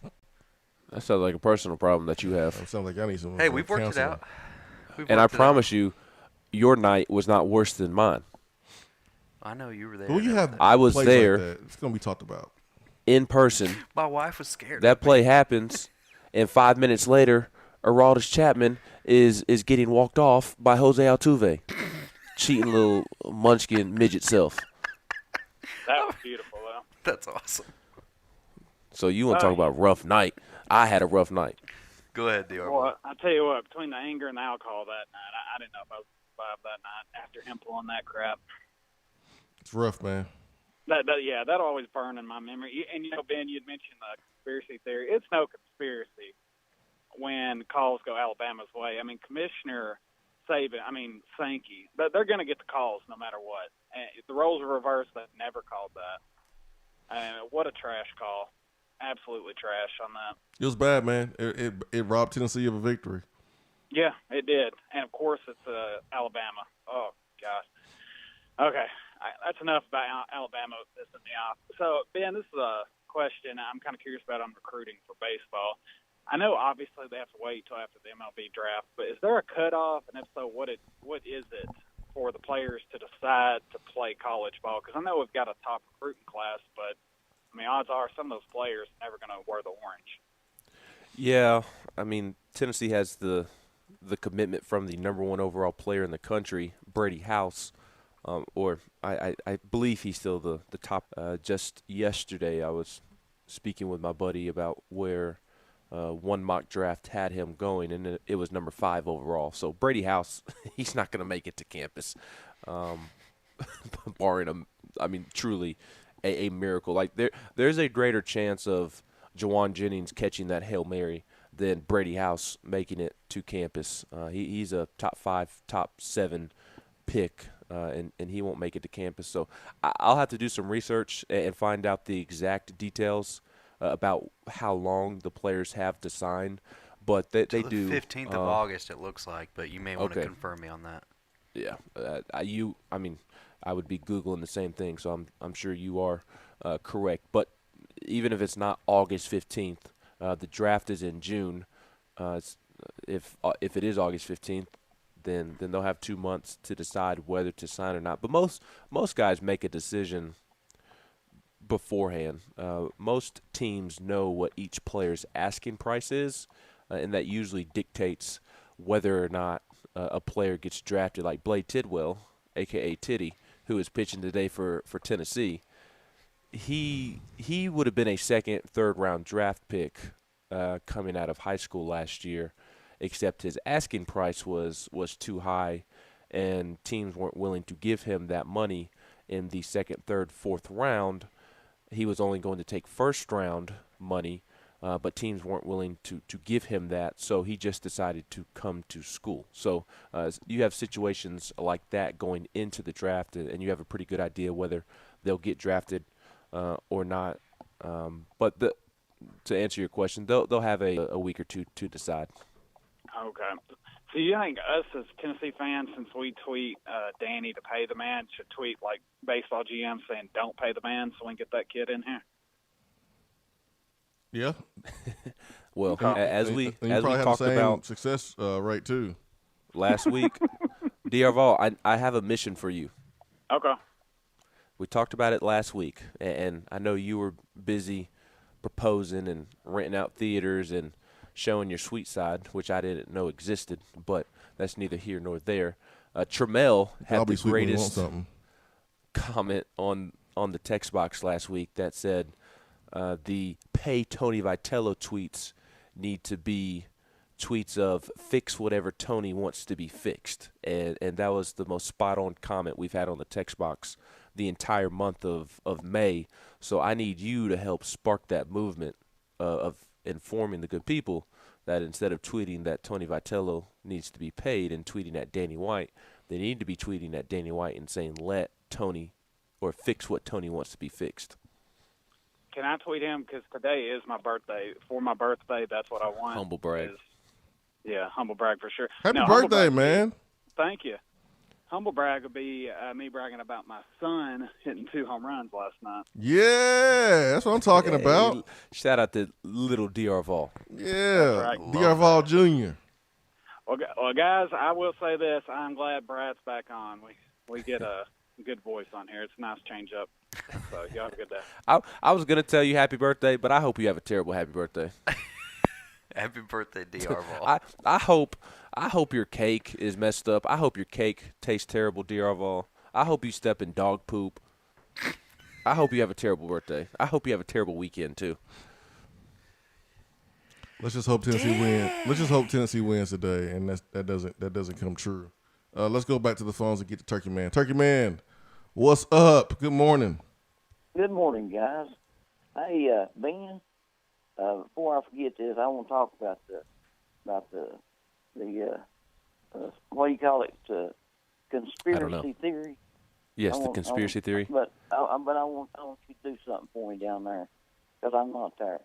Go somewhere that you can buy, crayons and an envelope and get you a piece of paper and write on it, "Dear Mr. Blue, my daddy says that you don't know what a strike zone is, and I want you to draw a stick man and draw what a strike zone would be, and put an envelope and say to the ump behind the plate or to Mr. Blue, and put it on home plate, so that maybe that they can look and see what a strike zone looks like, what that window looks like." I'll try to do that for you, Turkey Man. I may get kicked out of the SEC tournament, but I'll risk it for the biscuit. Do it for Tony V. Do it, because they don't know what's. What about my job? Apparently, they don't know, and so I'm sure there's parents all over the world with kids here. Their dads screaming, "He don't even know what a strike zone is." So, write him a letter from Little Ben. Little Ben. What about Little Jesse? Can I label it as Little Jesse so I don't get caught? No, you already named yourself Little Red Rocket. Oh yeah, like Little Jesse. Oh, that was good. But anyhow, I want to get back to conspiracy theory, and it's not a conspiracy theory. It's the truth. And all we got to do is look back at when we was scheduling the SEC football games. It was all SEC. They went through and they paired him so they could protect the top echelon in the program, so they wouldn't lose. That's fact. We watched that happen. We were scheduled games that we wasn't supposed to have got. Other teams were, to help prepare the Alabamas, the Floridas, the Georgias, the LSU, so on and so forth. Prepare them that they can have a better shot at not getting beat down for the national championship. So it's just a fact. That's not a conspiracy. It's truth. And the other thing about that is all you have to do is look in recruiting and everything is done is directed so that it'll help the rich get richer in that regards. So that's not a theory. So, we just need to understand that that's the facts. There's some people that gets privileges and some of us don't. So we just have to get back to where we can get there. And Tony V called it like it was. When he said it, he called it like it was. He said it just like it was on that. I don't know if you heard his what he said there on his after the game the other night, but he called it. He's right there. Anyhow, get your envelope and draw out the little cartoon stick man and put it on the plate so maybe this umpire know what a strike zone is. And let's go get them. And by the way, I want to win the SEC tournament. I mean, if we ain't got nothing to go for in the other tournament, I want to win it. So everybody and that plane is flying over. That plane flying. If it's got an Alabama tag on it, you know what to do with it. Hey, Turkey Man. You got it. All right, Turkey Man. Shoo! Had to land it on you on that one, man. One thing I will say, I've heard a lot this morning and even yesterday about this strike zone, and it's not coming from people that are actually there. I mean, Don and Turkey Man are the latest today. But, Ben, I mean, agree with me if you want, and I think you will. But he don't want to. The camera angle for the SEC tournament isn't giving you the ideal vantage camera, and you've got a lefty pitching. You're not seeing if that catches the outside corner against a right-hander or not. You just don't have an opportunity to see it. It's your best guess. You get great frame jobs. We can't be judging all these balls and strikes from home, watching them from our TV. We just can't. We don't have the best angle. You got a better angle than I do. They've got me up in the crow's nest down the first base sideline. I can't tell what's a strike, what's a ball. I can't tell where. I can't read the ball off of the bat, which really bugs me because I hate not being able to read the ball off of the bat. Y'all would know better than me, Bradley, and Turkey Man and Don would both know better than I because y'all have a better view of of the pitches than I do. It might be better, but it ain't good enough to be upset about it. I also don't think it's – never mind. What a call. I'll leave it at they would know better than me. What a call. Who's next? We got David. David, good morning. Good morning, guys. How you doing? What's up, David? Happy weekend to you. Oh, not much. Ben, I just want to know, I don't know if you consider DR a friend, but after your birthday wish for him, I hope I'm never your friend. That's all I can say. Well, as long as you don't say that it's nice to have a change of pace from my voice to Brad's voice, we can be friends. Well, I may make you an enemy because I'm going to bring up something you don't want to talk about. But the Steelers. I'm going to one-up you on the fumble. What you got? I'm watching the game. I'm standing right next to the television. I've got a chair to my right. The fumble happens. I had my phone in my hand. I turn and literally throw my phone into the chair. It's a very soft chair. Hit my thumb on the side of the chair, and to this day, I broke it in two places. Oof. I can't bend it all the way down. It's still swollen 2 years later. I'm going to be living with this for the rest of my life. I have to look at my thumb every day, and it reminds me of JG. He hurt you. He really hurt you. He injured me. He injured me mentally, emotionally, and physically. Wow. He really hurt you, man. He Yep. has and ruined you for life. And fortunately, my wife doesn't know why I broke my thumb in two places, but unfortunately my son does, and he hasn't ratted me out on it yet, but he's got it over. He's going to hold it over my head the rest of my life. Man, this needs to be like a documentary or 30 for 30 where like you sit in the dark and they interview you and they ask you questions and you're like, I can't even give people thumbs up now without thinking about that play. So I have to give people I thumbs tell you what, down. I guarantee you there's 50 of us. There's 50 of us that you could line up and put in that dark room and talk about that play that has stories similar to this. Golly, man. Golly. Yeah. I begged for months. I said, this has got to completely go away. It cannot be with me for the rest of my life because it already is. I just can't wake up with it and look at it every day and think about it. But how old's your son? He's 23 now, so he was 21 at the time. Oh, okay. So he's old enough. He won't really hold over your head so much. No. I mean, like, so if he stayed in the same house and he was like 11, oh man, I would hold it over your head. Hey son, take out the trash. No, daddy, you take out the trash. You take out the trash, dad. What? Don't make me tell mama. All right, I'll take out the trash. That is 100% true. But let's be honest. He's going to play that card one day. It's going to happen. Oh, he's going to wait for it. He's older, so he's smarter enough to know when to play. He's going to play it when it's something important. Oh, yeah, definitely. So, hey, guys, let me tell you something. I really enjoy the show. Ben, hang in there. I know you sound exhausted. I'm sure you were just thrilled when they moved the game up. But, guys, I really do enjoy the show. I appreciate everything y'all do. Y'all have a good Hey, thank you, David. Have a good weekend, man. Have a good weekend. Much love. We'll take a quick time out, and we got some good stuff here on the text box, also on YouTube, and also on Facebook Live. So appreciate everyone's interaction, and we'll read off your comments and questions. And who knows where the show may go after we do that, because y'all have some really good questions and good comments, especially here on the text box. So stay with us. Be right back.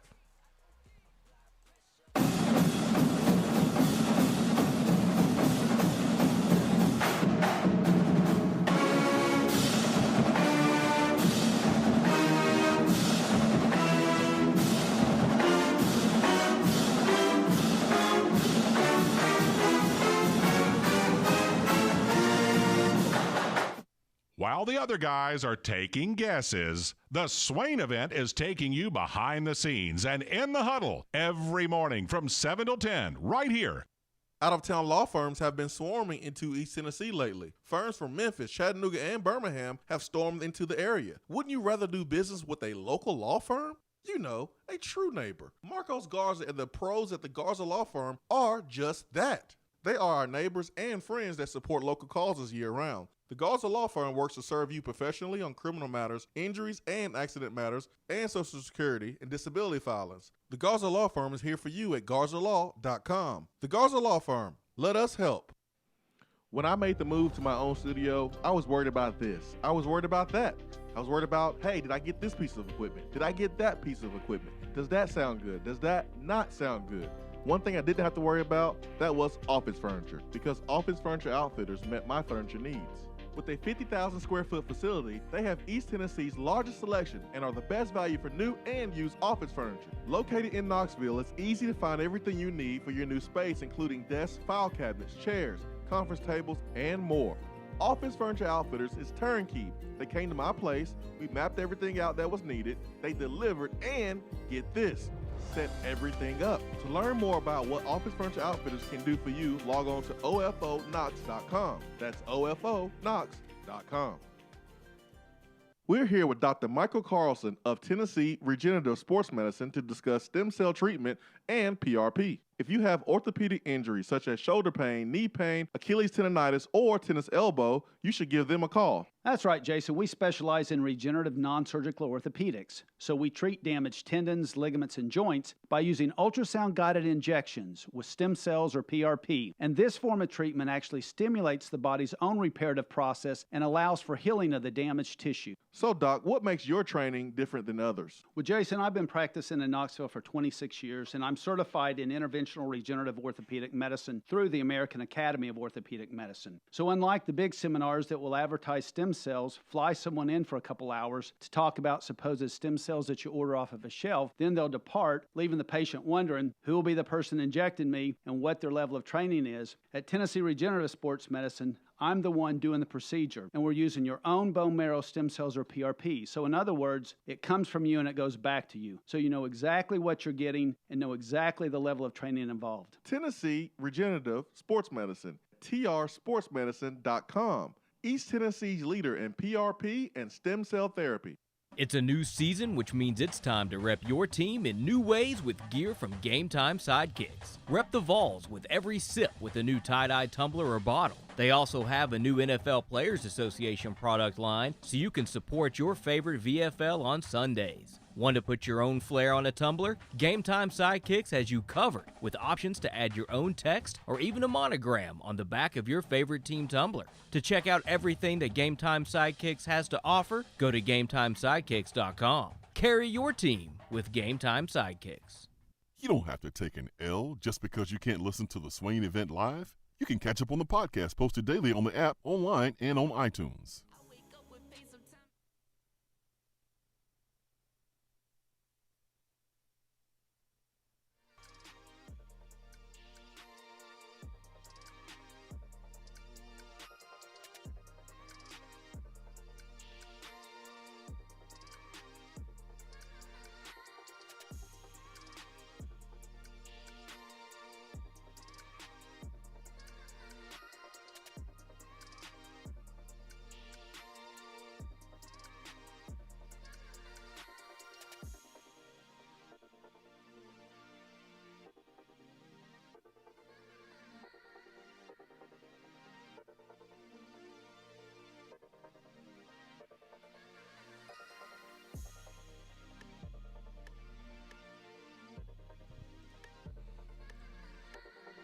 Brad Matthews, Jason Swain right here in the Low T Center studios.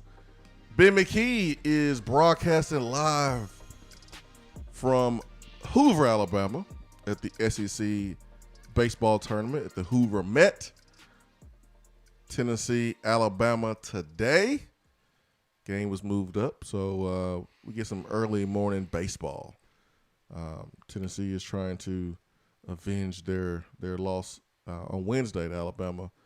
Controversial play that gave Tennessee the L, but I got my No L's t-shirt on today because you didn't get it? I didn't even pay attention to what the logo was. I saw the something marking something out. No L's today. No L's, okay. I got my No L's. Well, my Buck Family shirt's dirty.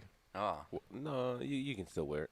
Dude, what I I'm was confused outside. about is you had a kid's small jersey sent to you from the baseball program, and Brad Matthews is not wearing it right now? Why does Brad not have I don't know if he can fit it. The kid's small jersey on right now? I don't know, man. Brad and he got swole recently.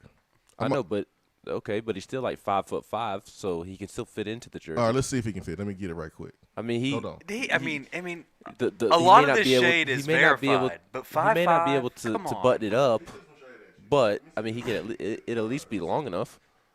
You don't have to always button up a baseball jersey. 5'5", Ben? I mean, the hair is fine, the weight's fine, the beard is fine. What about the hairline? The team likeness is fine. What about the hairline? That's what I'm saying. Like, all of that's fine, man. But 5'5"? That's what does it for you? That irks me, man. That's the one that digs deep. It's okay. I relate. I get mad when people tell me I'm 5'10" and I'm really 5'11" and 3/4. That quarter of an inch really bugs me. I got a jersey right here, You bro. would know. I got two. Matter of fact, so this is why I love the Tennessee baseball program. This is the first time I've gotten an official jersey. I haven't even got one from football. I mean, this whole time That's pretty bad. I've never gotten a jersey from football. Now, Swain, you have one hanging in your office. I got that for senior day. Yeah, every senior still got have that. an official Tennessee jersey though. That's for senior day, and I don't know if that's official or not. That's for senior day. Every senior gets that. This is different, man. Like, I don't have like a one jersey, I can just put on. I don't have one. Tennessee baseball stepped up. That's why I like them the best. They're my favorite sport over there on the hill. Baseball school. They're my favorite sport. All right, so Swain's like, I really don't even want to hand this to him. I really don't. I don't want you to touch it. I don't want you to touch it because I might not get it back. So this is all right. What size is this? Y'all were saying something about schmediums a few weeks ago. Yeah, it's a medium to me. All right, so here's the medium. All right, here's a medium. Which I've never been a medium before in my life, but I appreciate suck in real quick.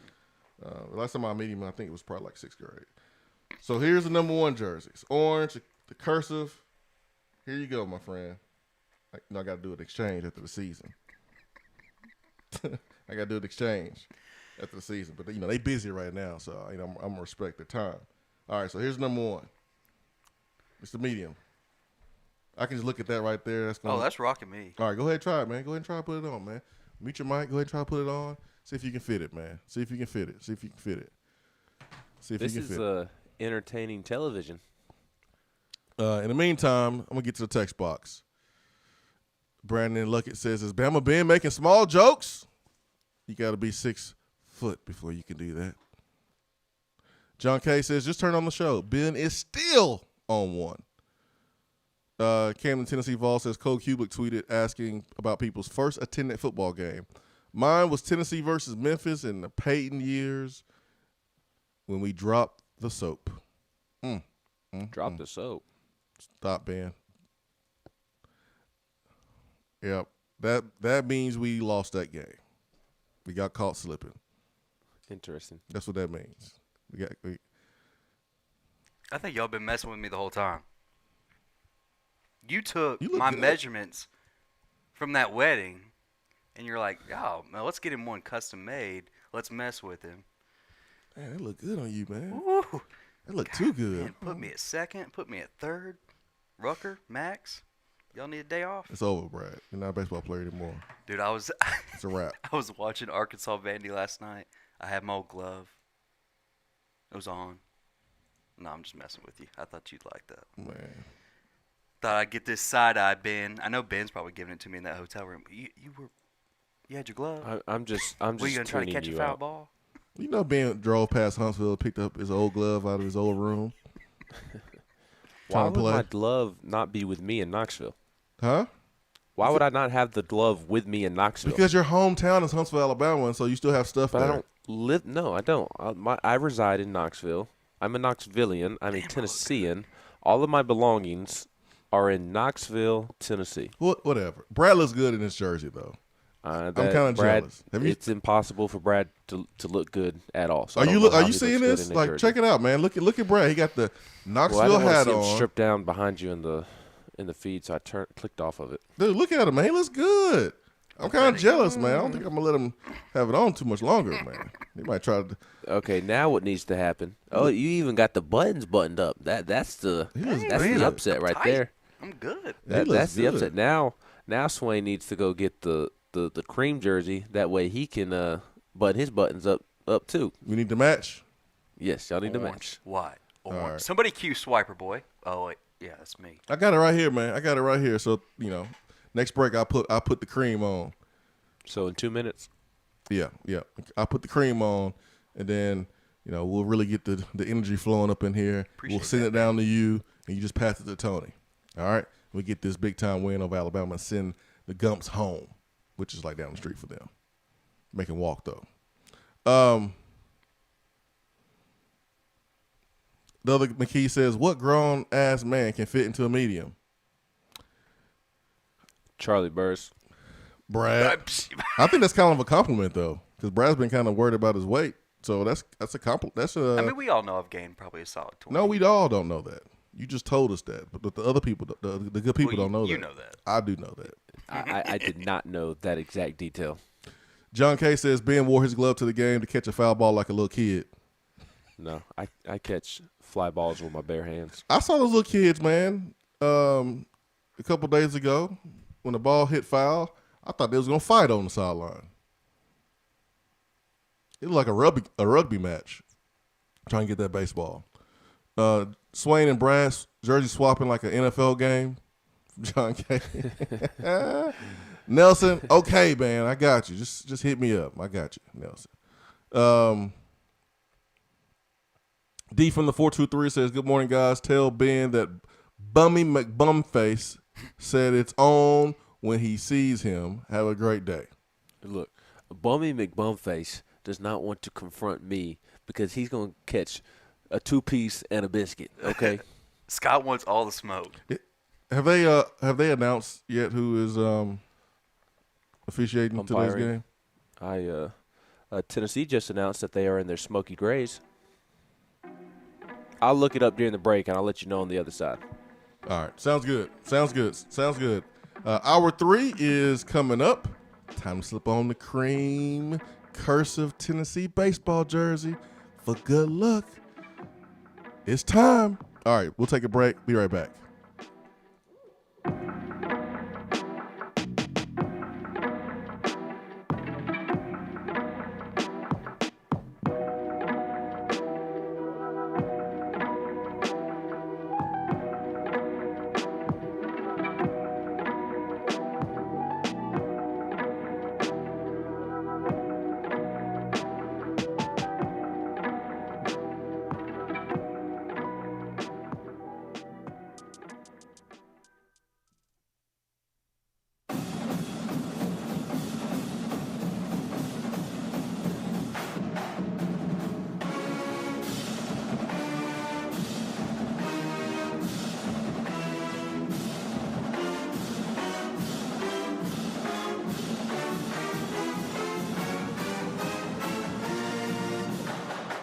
Hour 3 of the Swain Event is brought to you by the Low T Center and lowtcenter.com. Do you know your numbers? Feel like you again. Let us help. Guys, your health right now is more important than ever. I recommend Low T Center. That's where I get my levels checked. It all starts with the annual wellness exam where they do a comprehensive health assessment exclusively for men, making it quick and easy to take care of your health. And now they offer monitored self-inject at-home testosterone treatment.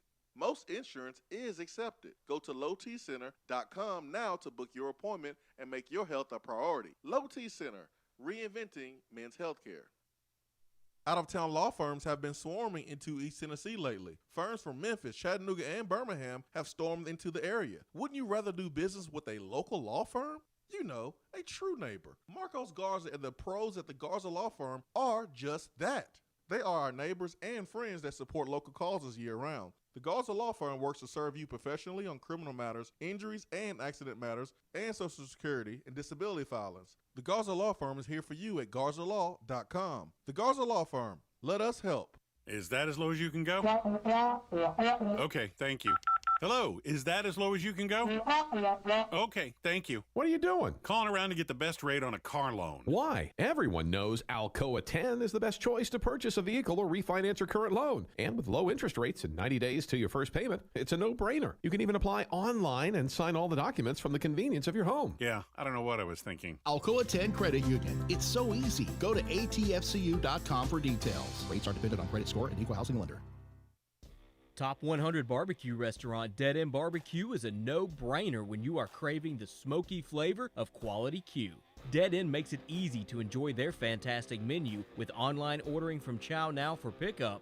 Or if you don't feel like leaving the house, then have Dead End Barbecue delivered right to your door by Loco Knoxville or Bite Squad. Cheer on your favorite team with the best barbecue around. Check them out online at deadendbbq.com. Dead End Barbecue. The search is over.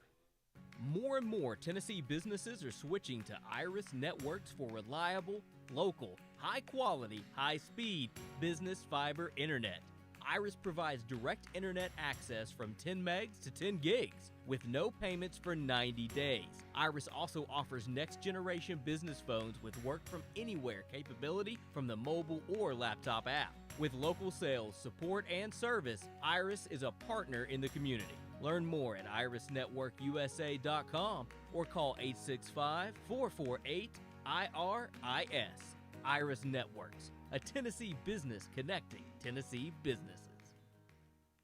Hour 3 of the Swain Event is brought to you by the Low T Center and lowtcenter.com. Do you know your numbers? Feel like you again. Let us help.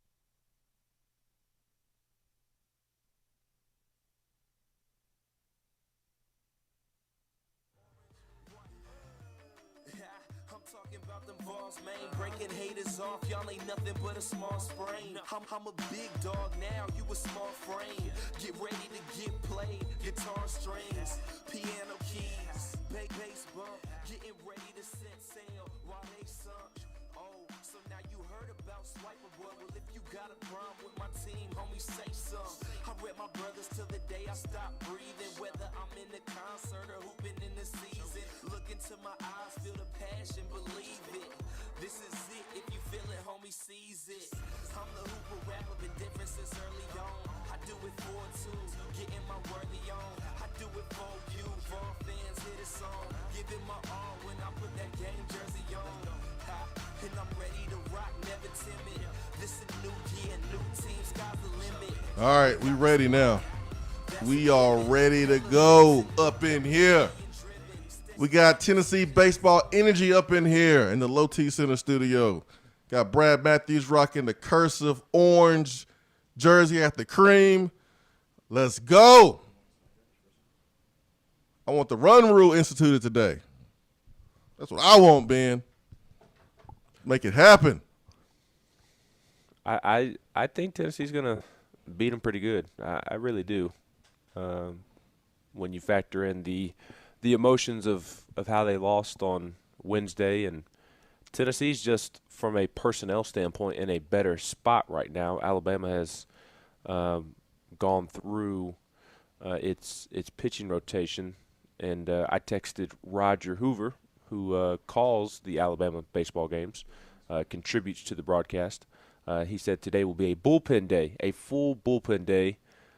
They are going first with Landon Green, a hard-throwing righty, and will ride him as long as he's good. And then Chase Lee, who pitched well against Tennessee in those late innings the other day. He did pitch well, but he also gave up the 2 runs, if I remember correctly.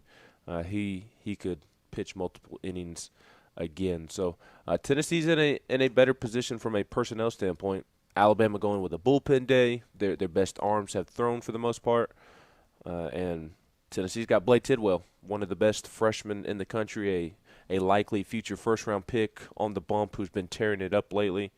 I like where Tennessee's at, and they've swung the bats well the last 2 days, much better than Alabama has. So I think Tennessee's going to win pretty convincingly. I want to see that fire come from the bump, from the hill. I like, man, baseball got some of the coolest slangs. There he is, man. Did you see me on Twitter last weekend teaching people about baseball slang? No, I didn't. You tweet too much, man. I do my job. I can't keep up with you, all your tweets. You're just not a dedicated Tennessee baseball fan. Yes, I am. I'm more of a Tennessee baseball fan than any other sport, man. False. Because we winning. And Rick I like Barnes' Tony. program wins. Rick Barnes' program wins. I don't really have a program that I like more than the other. So you're right. It is false. I don't either. You know how I am. I appreciate any of the sports that has Tennessee on the front of it. But I lost my train of thought. Oh, you know what my what two phrases I was teaching people about last weekend?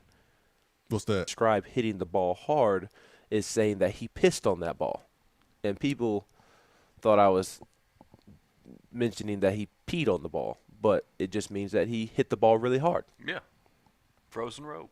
But people who don't understand that were confused about why I was mentioning somebody urinating. Yeah, I would be confused too. I would think that's pretty nasty. Which actually, I think you Unsanitary. actually responded to one of my tweets early in the season when I mentioned that somebody pissed on a ball, which just means he hit the ball very hard. He hit a rope. He hit a laser. There's so many different ways I think we to can use that in describe football. what happens in baseball. I think we can use that in football. He he just whizzed right all over top of him. That man took a leak right on his helmet. Did y'all see it? Imagine someone like Todd Blackledge calling that seriously. Or Vern Lundquist. Oh, man. Good gracious. Eric Berry just peed all over. No Sean Marino. Gotta go old school with like someone like Keith Jackson. Ho Nelly. Man, They just Eric is peed all over that one. He's the real Wizinator. The Wizinator. He's the real Wizinator. You see that hit? All right, let's go back to the phones. You got Wes. Wes, good morning. Good morning, fellas. I can't believe we're talking about what we're talking about right now. This has just gotten out of hand here. Hey, man, this is good baseball slang. I've got two real quick things, and I'll hop off here and listen. Ben, this is actually a serious question about baseball, and unlike the PP questions we have to hear and these PP comments. We're a bunch of grown men. I'm just messing with you guys. Ben, what do you really think about the potential of this baseball thing? I'm of the opinion that if we can get hot, I think we can make a serious run at Omaha. Yeah, I completely agree. I think Tennessee can beat anybody anywhere. That doesn't mean that they will, but we've seen them beat anybody. Even though they lost the series to Vanderbilt and Arkansas, they were very competitive. They won at least one game in each of those series, and Tennessee did not play a series with Mississippi State, but Mississippi State was the 3 seed in this year's tournament, and I completely agree. I wouldn't pick Tennessee to win the College World Series. I would go Arkansas. It just seems like Arkansas, no matter what the situation is, always finds a way to win. They did have a significant injury last week. Their Game 2 starter, Peyton Paulette, I think that's his last name, he had to leave the game due to injury, and he is going to have Tommy John. So that's a big injury loss for Arkansas, but they're just so loaded that they would be my pick to win it all. But you are absolutely correct. Tennessee can absolutely make it to Omaha. They can. I think they will make a run. Who knows if they make it to Omaha? I need to see the matchups first, but I would be surprised if they didn't make it out of regionals next weekend. And they're going to be hosting a super regional, so somebody's going to have to come to Knoxville to get to Omaha. The path to Omaha runs through Knoxville, so they're definitely capable of going on a run here and making it all the way. Yeah, I agree. I actually sat about 2 rows below you at the walk-off game against Arkansas, and I was actually going to come up there and give you a fist bump, but I was down there. I was too occupied watching my dad have the time of his life because it was for his birthday, and he That's awesome. It was the best gift I could have given him for a while. But Swain, I've got a heavy, hard-hitting question for you, and then I'm going to jump off here. Oh boy. Serious question. All right. What is your go-to at dead end? Because I've never had it, and you got to knock this one out of the park for me. Man, that's tough. go to. I think if you never, and whether you have the Bernie Mac and the burnt ends on sitting on top of the macaroni and cheese, or if you just get burnt ends with a side of beans and sausage and macaroni and cheese, or mixed greens, like it's hard for me to tell you just one go to, because I mean there's so many different things, and for me, like this whole entire year, man, all I've had is just the wings. I mean, that's all I've gotten this entire year, man. I mean, they're just great. But I think if you've never been, I think jalapeno cornbread, go with either mixed greens or beans and sausage or macaroni and cheese. Pick 2 out of there, and then get you some burnt ends. I think that should be every person's first meal of the day in barbecue. And then from there, you can kind of branch out and go, you can go Mac Attack with the pulled pork or brisket sandwich. You can go wings. You can go several different ways. But, man, I think people just have to experience the burnt ends. So that's what I would do. It's hard to go wrong there. No, man. It's good old eating right there. Let me go back to this text box. It is full of joy right now.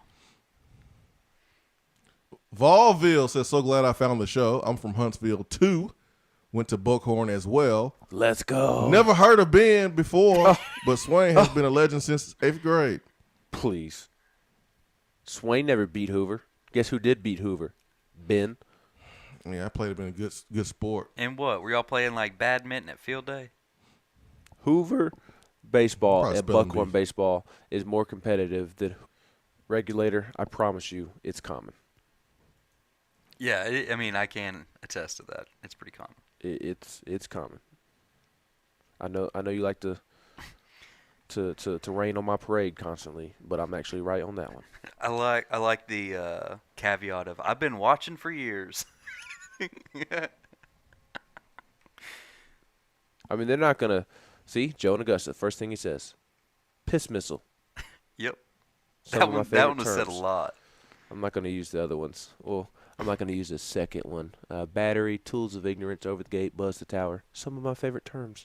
So what Joe and Augusta just mentioned, one of my former travel team coaches, who is actually a police officer, and say piss missile like every inning. You're at bat. Hey, give me one here. Give me one. Sit on one. I've never heard that before, man. I like it though. I'm gonna use it in football. I'm using it for Regulator football. said that we need to stop saying that. Well, technically, he told me to stop saying it, so I guess you're good to keep saying it. DC5 says he told me to stop with the Eric Berry jokes because he spewed coffee on his monitor. I had a coffee spill this morning, too. Oh, man. Brad says those kids were lit going after those balls. It's the equivalent of throwing lotto tickets up in the air for those Bama parents, Buck Fama. No, the kids going after the ball is the equivalent of the moment that the gates open at the Alabama spring game. Running of the Gumps is the equivalent of that. Watching kids run after foul balls is very entertaining. It's cool, man. They get heated sometimes. Man, it's so cool. It's so cool to see those kids, man, go after those foul balls. It's like when you go to the playground and you see kids playing. And I would advise you to have your own kid to do this. Don't do this if you don't have any other kids. If you don't have any kids, you just go to the playground and watch kids play. That's kind of creepy. And that's what Brad does. We'll call police on you. But like, if you have a kid, you go to the playground. You're just sitting there. Just watch kids play. It's so cool, man. It takes you back to it like when you used to do the same thing. And for being that wasn't too long ago. Let me get back to the text by me. box. That just means you're old. Get back to the text box here. Other McKee says he got his pork shoulder going. Smoker sitting at 225. And the pork is at 102 after 2.5 hours. Is he on the right track, Swaino? You got some time, buddy. Yeah, you got some time. I don't know if that thing gonna be ready. Let's see. It should be ready by the time the game. If he wraps it. Okay. Yeah, if he wraps it at a certain point, because it don't take in so much smoke. So wrap it and put some more good stuff inside of that wrap, and it'll be done. All right, let's see. What else is on the text box? LC Vaughn, why do you think Danny didn't go to South Carolina with Randy and Plowman to tour their facilities? And have y'all heard that Pratt is heading up the boosters to get the money together for the stadium? I do know Larry Pratt has been active, and he is a big Danny White supporter. And yes, he is. I don't know as far as heading up, the boosters, but I do know Larry has been awesome. He's been awesome, and has been a great ally for Danny White and trying to get other boosters on board and bring everybody together. I don't know if I should say that or not, but I think it's positive, so I feel like I should share that with people. Yes, and to add on to the positivity, Tony Vitello hasn't been conducting many conversations as it relates to the future, one way or the other. But when that doesn't mean that there hasn't been zero communication with Tennessee and potential renovations to the stadium. Those discussions have been going on for several weeks now. They just haven't been super in depth or super lengthy. Tony Vitello's representation.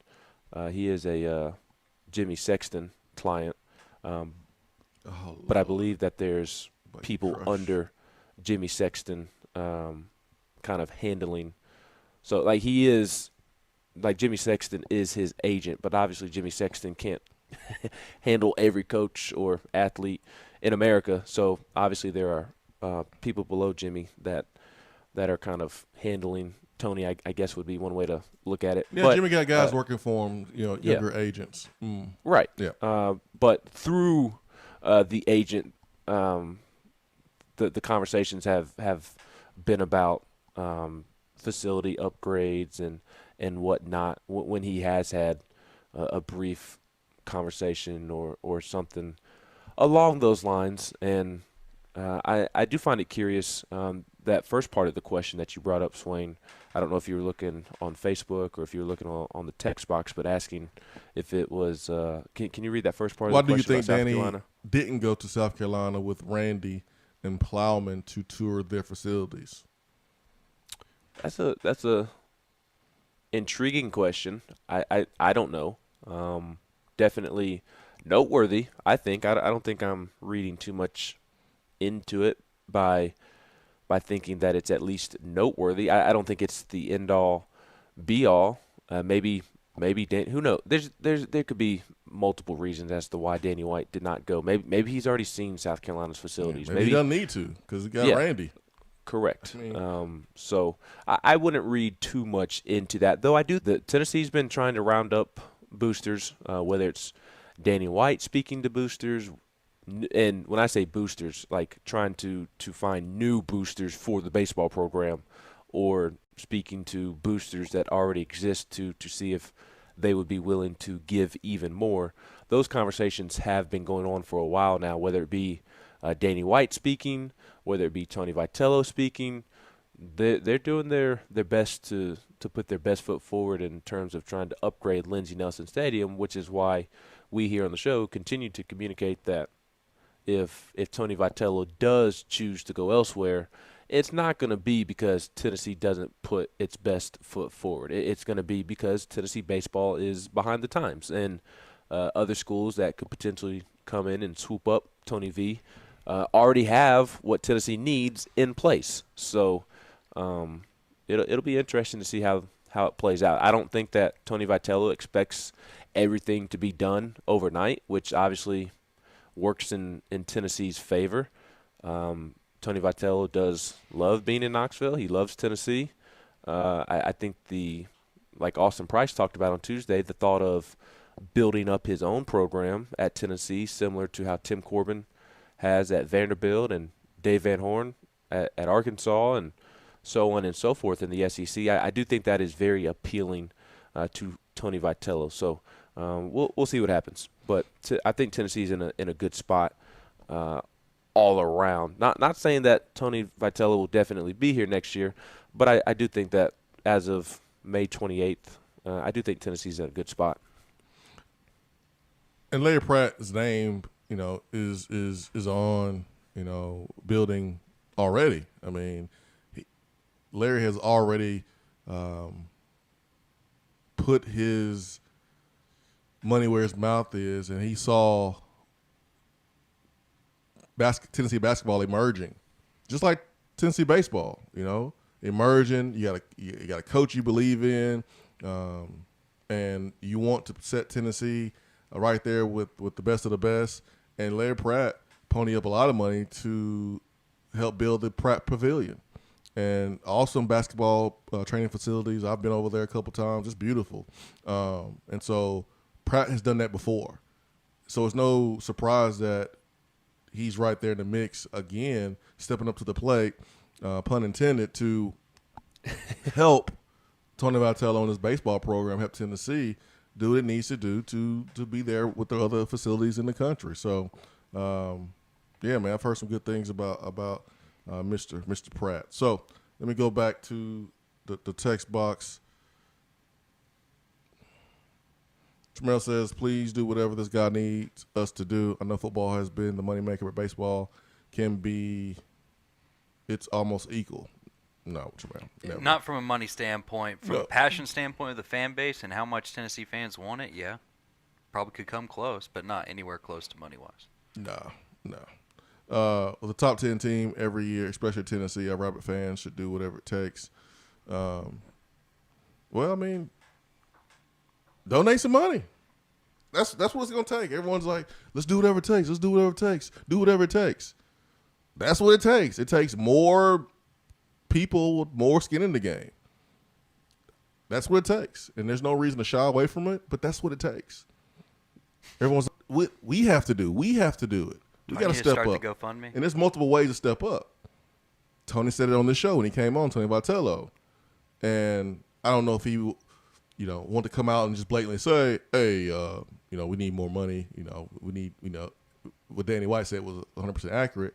But Tony went into a different direction, looked at it differently, and said, hey, man, I just want the atmosphere to be one of the best atmospheres in college baseball. I want the stands packed. So it's not a scenario where we're looking around going, man, I sure hope they don't mess it up, or I sure hope the administration. No, man, it's us. We need to step up. We can step up. It's our program. We got so offended when Brian Maurer talked about it's not our football program, but just because he plays. And the fans are right. It is your football program. It's your basketball program. It's your athletic program.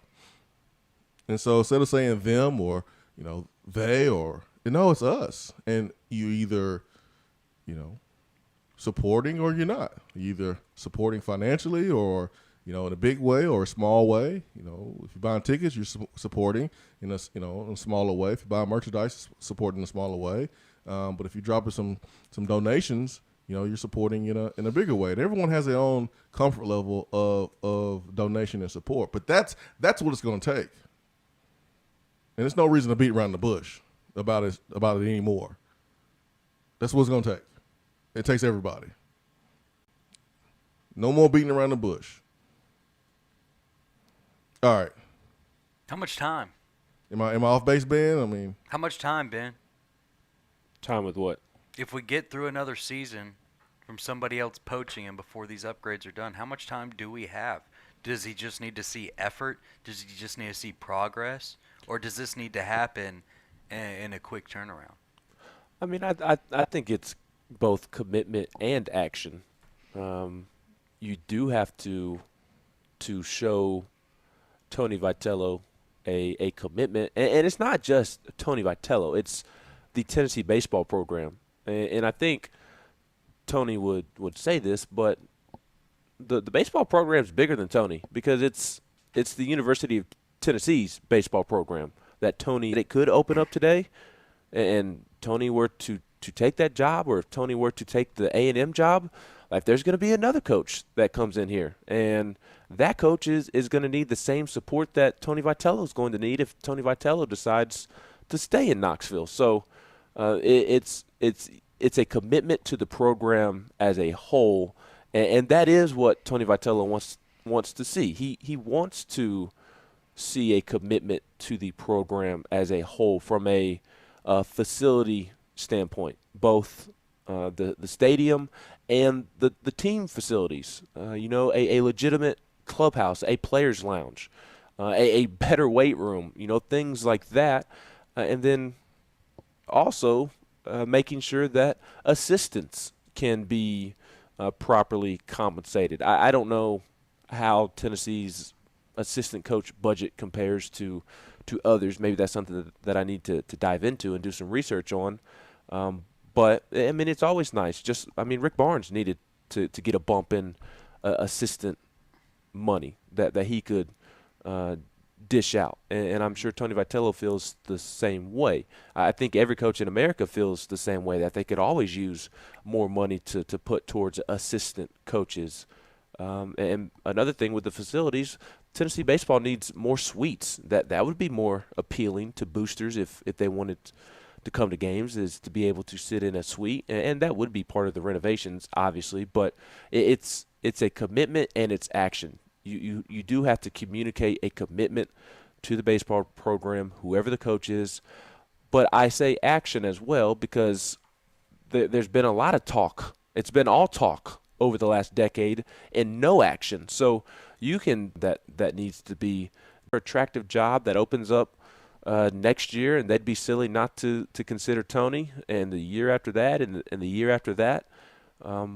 But I do think if Tennessee can get over this initial hurdle, I think this is the crucial year compared to the year after or the year after that. If they can get over this initial hurdle and like truly commit to the program, and Lindsey Nelson renovations and team amenity renovations and things like that, everything I just detailed, then I do think that the path to Tony Vitello being here, like truly long term for several more years, becomes easier. They just got to get through this offseason. It'll always be something that pops up for sure, like you mentioned, Brad.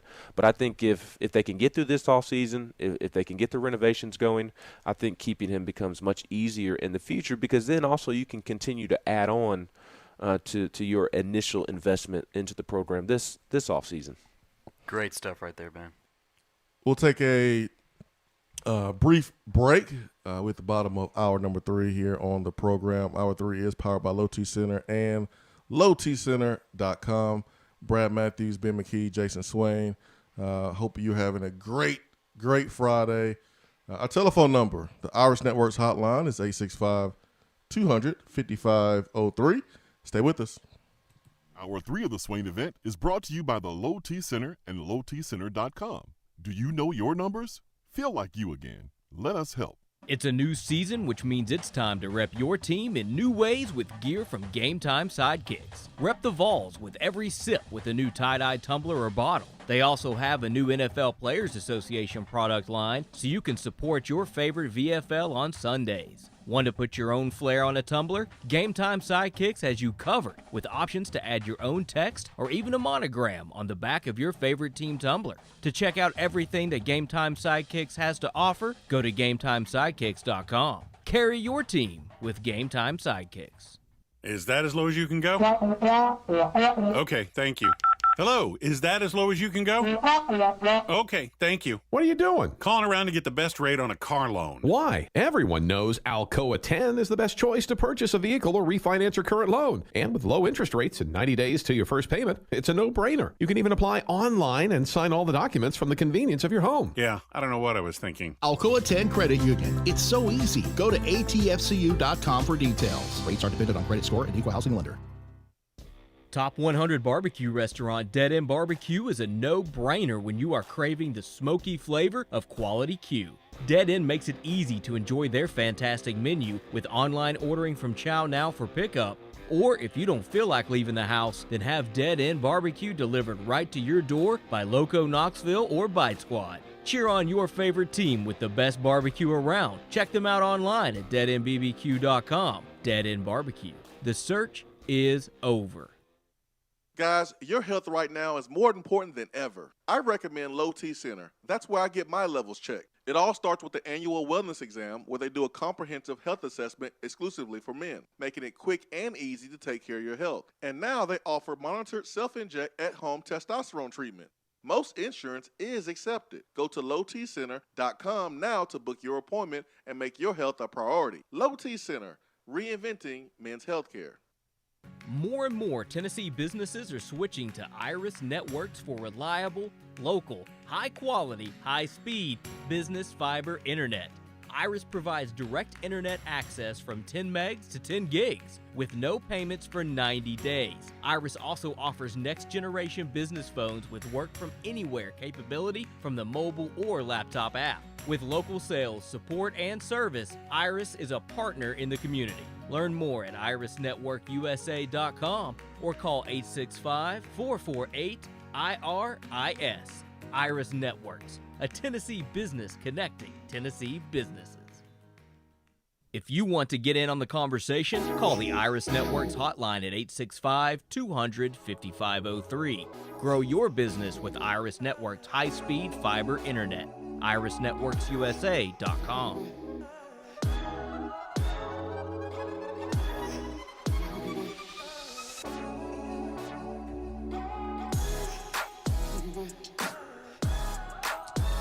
Oh, Brad found your favorite bumper music. Finally. He got into your bag, Ben. Hour 3, powered by Low T Center and lowtcenter.com. Swain Event fueled by Dead End Barbecue. Hope you are having a great morning. Tennessee, getting ready to get some revenge. I don't care, man. I'm watching the game today. But outside, right? We're going to carry one of these TVs out there. We're going to mount it real quick. Well, no. I can't watch it. Part of the he can't watch it. He can't watch it outside. I thought you just had to be outside. I mean, I could. I can take TV outside and watch it, but yes, but that wasn't the problem. That's not the problem. It's not that he was watching it outside, and then that's when they started doing well. It's that he was outside and he was not paying any attention to it, and that's when they started doing well. Should we try being outside and watching it and see if that? No. Okay. No. Because I was watching it, and then went outside for a quick minute. I come back. Tennessee scores 4 runs. Wednesday, same thing. Tennessee scores 2 runs, and I'm texting Ben. I was like, "Yo, am I the problem here?" Yes. And he was like, "Yeah, it's your fault." So I don't know what to do, man. I don't know what to do today. I don't want to not watch it. What's your wise counsel for Swain today? To not watch it. That's not fair. Well, you just shouldn't be bad luck. That's your fault. You shouldn't allow bad karma to catch up to yourself. Yeah, which I do every NFL season when I send Ben a text the week of the Ravens-Steelers game. Because I don't be believing in that stuff, man. I think. Hold on. Pause. I'm time out. Put it in reverse. Karma. Hold on. Two. Time. Bag up, bag up. Out. Bag up, Terry. Put it in reverse, Terry. Speaking of dead end. Yeah. And now that Brad Matthews I've been is offering. on the show. No, you haven't. But do I need to show our text messages to people? But you've been trying to sweet talk me. You mentioned it once. No, I've got at least 4 or 5 on there. And we're like, yeah, man, as if we'll get something lined up for next week. Let me get through this. Let me get through this. Yes. You did do that. But my point is, you're pretending to be like some sweet friend that wants to pay for my lunch. But in reality, you have to pay up on your bet. Yeah, and we're playing golf. I said I'd pay for both. But I want you to I lost a bet. To the bet. Yeah. I lost a bet. What bet did you lose? It was a Steelers-Ravens bet. Details. About what? Details elude me. Better regular season record. That's right. Who won the division? You guys. Who made it further in the playoffs? And look, like I've told the listeners time and time again, who really won? Because both of our seasons were failures. Yes. Both of us choked in the playoffs. Yes. But both of our despite teams that, were riddled with injury. Correct. My team, though, despite choking in the playoffs and at the end of the season, beat your team twice, won the division, and now you have to pay for my dead end. So We didn't who get really swept loses? by the Browns, though. Who really loses? Whoever gets swept by the Browns. No, because one of the games, and technically they didn't get swept by the Browns. They beat the Browns once. Fam, so why don't you final check two. up on your stats first Final before you two come losses at me. of the season. Yeah, one of them was when we rested half the team, so that counts. And we almost beat them with Mason Rudolph. That counts as half a win. Rudy, that's a half a win right there. Mason but Rudolph Ben really wins because he gets dead end barbecue for free. Exactly. And Thank golf. And golf. Well, I'm not making you pay for my golf. Well, I mean, you're not making me do anything. I'm offering. Yeah, good enough. Staying true to the bet and throwing some icing on the cake. We'll or take some sauce on the barbecue. We'll take it. Who's on the line there? Rusty. Rusty. Good morning, Rusty. My guy. What's up? What's up, Rusty, man? Happy Friday. You too. So, not even going to talk about the game today because just one word, revenge, and that's all we got to say. That's it. Our guys seemed a little peeved yesterday, and I'm sure they're carrying that with them again today. We're just going to let it rip. Can I nerd out? Yes. All right. So, thinking about all these scenarios and coaching and trying to keep somebody on staff or, at the university and upgrades to the facilities, I've been, just racking my brain. What can we do to Lindsey Nelson Stadium? What cool upgrades can we do? I know there's tons of renderings out there. I know people got tons of ideas, but I have an idea, and it's based out in left field. Because tear it down and start from scratch. We know how the road curves behind left field, and you can't do a lot out there. Mm-hmm. What if we short porched left field and brought that fence in to about 315 at the foul pole, 310 at the foul pole, and then maybe all the way to the alley in left center, maybe veer it out to where it's 330, 340, and build a 30-foot wall, a la the Green Monster, but make it the Orange Monster, and put about 5 rows of seats on top. Yeah, that'd be blinding everybody that actually had good seats behind home plate, looking out into a big orange monster. Ugh. All right, a smoky gray monster with balls and orange on it. Now I'm on board. I'm intrigued. I don't know that I'm down with incorporating something from the Boston Red Sox into Lindsey Nelson Stadium. Well, okay, but take Boston out wins though, right, Ben? Take out your Yankee pride. All the same people in the South hate the Yankees, so it's okay to go to Red Sox down here. I mean, if I'm not I a was Red from Sox fan. If I was from the South and I had to watch the Yankees beat up on my team 4 times in the World Series in the 90s, I'd hate them too. My biggest problem with this, and again, I love where your head's at. We're already short in left field. I mean, we're only 320 out there. There's some high school fields in this area that are deeper in left field than that. So, I like the idea, but we may need to tweak it a little bit. Rusty, you and I need to get a bulldozer. We need to tear down all the frat houses, run the frat boys out of town, and tear down Lindsey Nelson and just start from scratch and build a palace. Hey, I'm not disputing that, but I still say do something unique like a high wall with a short porch, even if you do change it, because I think kids, recruits would love the idea of playing at a place that was unique. Like yes. Fenway's unique. We can hate the Red Sox all day long, but Fenway's unique. It is. Wrigley's It is. unique. Yes. And playing in a place and getting kids to like come on campus and like, holy cow, that's different. Nobody I can't else believe has that. I can't believe you don't think Lindsey Nelson is unique, as it is. He's unique. Just like ugly girls have good personality.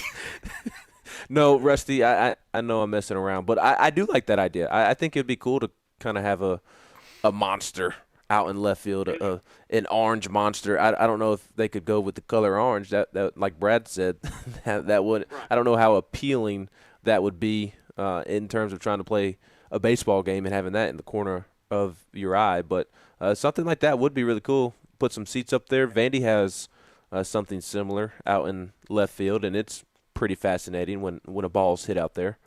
It's just no point if you're gonna drop $20-25 million or more or less or whatever, it's no point in dropping all that money just to be like everybody else and just to be in line with everybody else. Go ahead and stand out.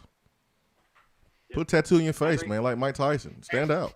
And how much would people pay? How much would people pay to sit up on top of it too? Can I drink? Yeah, you can drink. Why wouldn't you? I'm just saying. I didn't know if there'd be a rural college campus that You kind of can drink. That kind of height up there, though. You can drink. All right. You ain't driving. You're just up high. I'm just clarifying. You You can have to drink. have glass walls. You got to have glass walls in front and glass walls on the sides.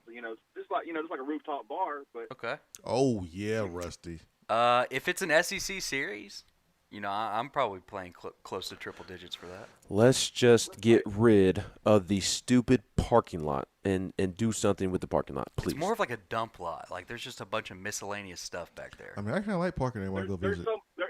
You're right. There's a ton of wasted space out in right field. It's memories. Behind the right field wall where the porch is, there's tons of wasted parking lot out there too. That they could build something out there too and still have parking under it. I mean, it's not. This isn't that complicated. What would Lindsey Nelson do? Yeah.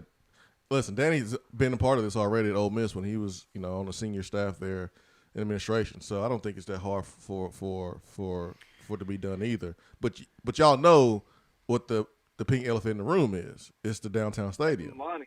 And that too. Yeah. So. Yeah, but I mean, we would use that, but not as like a home stadium. But what Swain is saying is that the administration wants to use it as a home stadium, and Tony Vitello is not gung-ho about using it as a full-time home stadium because he wants the on-campus atmosphere. Yeah, correct. And why does the administration want him to do that? Because it saves them money. Thank you. But what does that have to do with what Swain just said? No, I'm just saying, like, this is what Tony is fighting, the administration, with how they want to spend their money and forcing them into a box where Tennessee's baseball program doesn't need to be. I wouldn't go as far as, not to steal Rusty's call. Rusty, you can have it after this. I wouldn't go as far as to say that he's fighting the administration. They're just having discussions and trying to see the other person's opinion and decide what's the best route to go. Yeah. If you're gonna not do Lindsey Nelson and you want to move it off campus and you're Randy Boyd or whoever, think about another idea. That if you want to move it off campus, try to keep it as close to campus as possible. Find some land right on the river, and I know there's not much, but find some, buy it, and build it somewhere that we can have an outfield splashdown into the water in the river, like at Pac Bell or in Pittsburgh. Oh, give us that option too. Man, Rusty, Rusty's giving all the good ideas. He got some good ideas today. I nerded out, man. I'm telling you. That's good stuff right there. Hey, go Big Orange. Love you guys. Have a good one, Rusty. Late too, Rusty, man. All right, who's next? Joe and Augusta. Joe and Augusta, good morning, man. Happy Friday. Happy Friday, gentlemen. So I like Rusty's idea with the wall, but I was kind of thinking about expounding on this. What if they build like a small hotel in left field that's in play? So ball bounces off the hotel. You got to field it, 20, 30, 40 feet, something like that. Short porch on top of the hotel, home run. Anything off the hotel is in play, and they can rent them rooms out for high dollar. There is some promise to this if it's done the right way. But I just don't think you have the space back there for even a tall vertical but skinny in depth hotel. The space is just so tight. But New Braves Park, Truist Park, it's not right on the wall, obviously, but there's a hotel notorious where if you are on one side of the building, you can watch clear as day every Braves game, and those rooms go for high dollar. It's a pretty cool environment. Yeah, I'm down here in Augusta, and the Green Jackets, who are a Braves affiliate now, they built a stadium in North Augusta. Well, North Augusta built a stadium for them, which is right over the river in Carolina. And there's a apartment complex that's probably 15 feet behind the wall, and all those are going for, down here, an apartment like that generally goes for about $750, $800 a month, and I think those are going for like $1,500 to $2,000. Wow. So, and because this park it's super nice, but seeing that kind of and him talking about that short porch, I kind of combined them and was thinking, it'd be cool to have a hotel like that in play. And, if something gets hung up on a balcony, you go ground rule double like they do with the Ivy and Wrigley. Joe and Ben, I need you here. Swain, if you have thoughts, of course you too. The road that goes behind the outfield wall, is basically a detour route for people trying to avoid heavy traffic spots on campus. Mm-hmm. We've all been there. We've all used it. But there's got to be a way where we can redirect that road to create a little bit more space behind the wall. Would that be the easiest fix to create this extra space? I think so. I mean, it can be done. I know the Masters just completely redirected a whole road and just took it over, and that's where they put that Berkman's place. They didn't – when I say redirected, they took the whole project over from Richmond County, which is where the Augusta National sits, and they're – because Richmond County's like, yeah, we can get this done, but it's going to be like 3 or 4 years. And the National's like, well, how about you guys just let us do it and we'll have it done, in 4 months. And it's just gone forever. There's a 4-way red light there, but you can't turn left or right coming from one direction because there's nothing there anymore. Is that over there near Washington Street? Yep. It's when you're coming up on Washington Road, headed towards downtown, the National will be on your right. Yep. And Berkman's Road, they just completely dissolved it, and it's now part of the course, and that's where Berkman's house sits.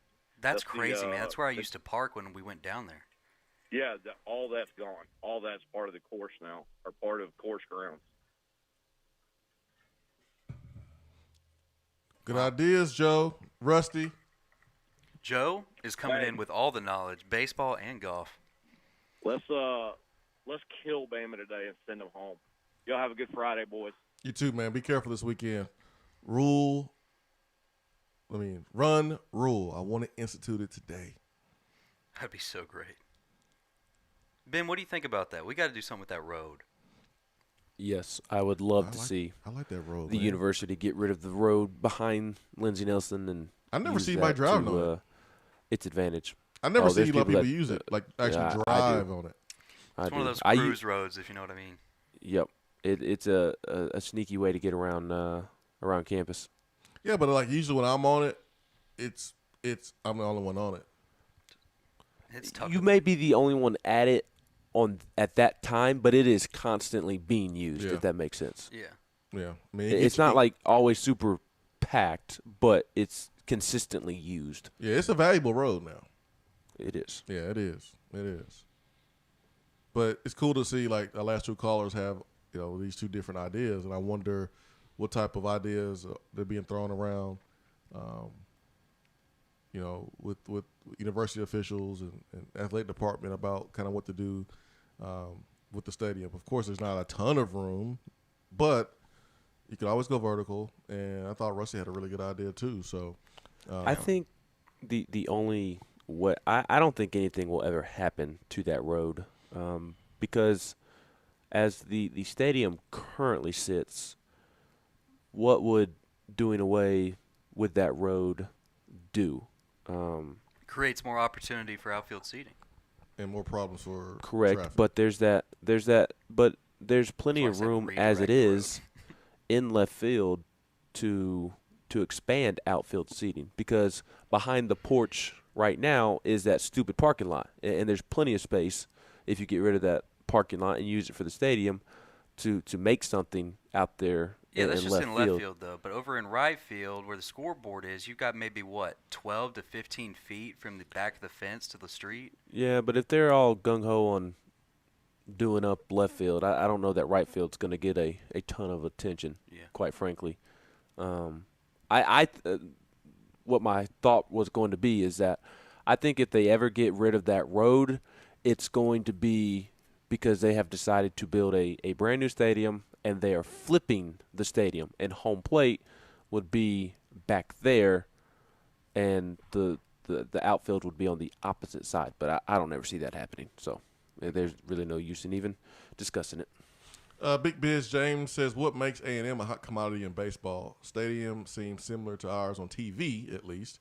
Was it that they offered tech coach over $1 million? So, Ben, Brad, what makes A&M a hot commodity in baseball? They're just in a better spot. They have more resources. They have shown a commitment to baseball for a very long time now. Their fans love baseball. And that feeds into the resources being there for the program, and Texas is a great baseball state. I don't think recruiting, like Texas. Their park is new, facilities, money. Yes, but even like with the state of Texas, like I in terms of baseball in the state of Texas, it's not just overwhelmingly better than baseball in the Southeast. Like there is a great recruiting footprint here in the Southeast, in the state of Tennessee, the Carolinas, Georgia, Alabama, Mississippi. The Southeast is a baseball hotbed. So there may be more talent in Texas, and even that I think is debatable, quite honestly. I think you could make an argument for the Southeast having better baseball talent. The state of Georgia itself is a heck of a baseball state. So the recruiting footprint isn't that much better. A&M's just had more success over time, and as a result of that success, they put more resources into the program. So A&M's where Tennessee wants to get to, which is why right now it's more attractive than Tennessee. Yeah. Hey. $24 million complex opened in 2012. The best way for me to put it is, I'm not gonna like doing this, but whatever. The football comparison. Just don't be nasty. I won't be nasty. Well, this may be worse than being nasty. Tennessee baseball right now is what Kentucky football is under Mark Stoops. And A&M is where Tennessee is. A&M baseball is where Tennessee baseball is. So we know that the better job in football is Tennessee, of course. And that's kind of how I would compare how far A&M's program is ahead of Tennessee's baseball program. And I would definitely, even to the 10th degree with LSU baseball. And if that opens up as expected, like that's an even greater example of, like LSU baseball is what, in terms of resources and facilities and passion for the program, that's what Tennessee football is. And then Tennessee baseball is that Kentucky football program who is hot right now, kind of seeing success that it hasn't necessarily seen before. And yes, I know that Tennessee's made it to the College World Series and whatnot, but trying to compare the two best I can. They're that new hot up and coming team with a coach that's doing it big, and the fans love them and whatnot. So they're just further ahead than Tennessee is in the sport of baseball. It is what it is. I want to end on a different note. I'll answer this question right here from YouTube because I think it's a good one, and then back to Tennessee baseball as we wrap up today's show and for the week and get ready for the game today against Alabama. But Matthew asked if the transfer portal existed when I was a player, would I have tested it? Seemed like from most coaches it is a mess. Do you see changes coming? I've never agreed more with Gino or Emma. I mean, I think yesterday, day before yesterday, he called it a mess. Said over 1,000 people in the transfer portal, and I don't know. I think I wasn't really upset, Bob, in my freshman year. I mean, after the first game, I was hot. First game, I wasn't happy at all. But I mean, I played in the Florida game. Was a leading receiver in the Florida game my freshman year, and played every game after that. So no, I was good. I don't think I could sit here and say that the transfer portal would be something that I would test it if I was a player, because I had a pretty good experience. My freshman year and on. It wasn't anybody else's fault. Injuries happened, and I was good. So no, I probably wouldn't have. All right, guys. What happens today? How many runs? How comfortable is the win? Do we win? How y'all feeling? as we wrap up today's show. Tennessee wins.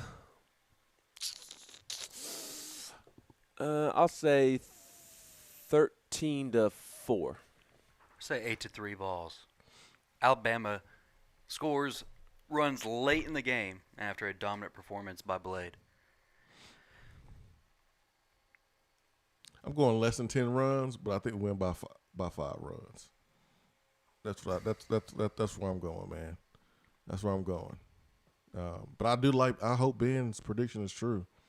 Because I want these dudes out of here, man. I don't want to just beat them by a run or two. I want to knock their head in. Yeah. I want to wax them. I want everybody to stare in the dugout and look at them like Brooks Koepka looks at Bryson DeChambeau. Yeah. I want a TT on them. That's what I want to do. Hot take to end the show. What you got? The Bryson DeChambeau hate is over the top and ridiculous. Everybody wants to hate on Bryson DeChambeau for some of his antics, and I get it. I get that he has an interesting personality that irritates people. But my hot take, and I don't even think it's that hot of a take, Brooks Koepka has the same traits. He does and says as stupid things, just in a different way. Totally. So y'all can hate on Bryson DeChambeau all you want. You standing up for a fraud in Brooks Koepka too.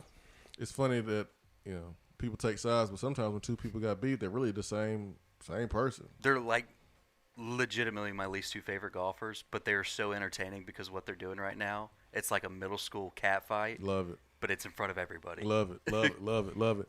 For Ben McKee and Brad Matthews and Jason Swain Event fueled by Dead End Barbecue. Live here from the Low T Center studio. We hope you have a great weekend. Same time Monday, 7 a.m. Have a great weekend, a safe weekend. Peace and love. We are out.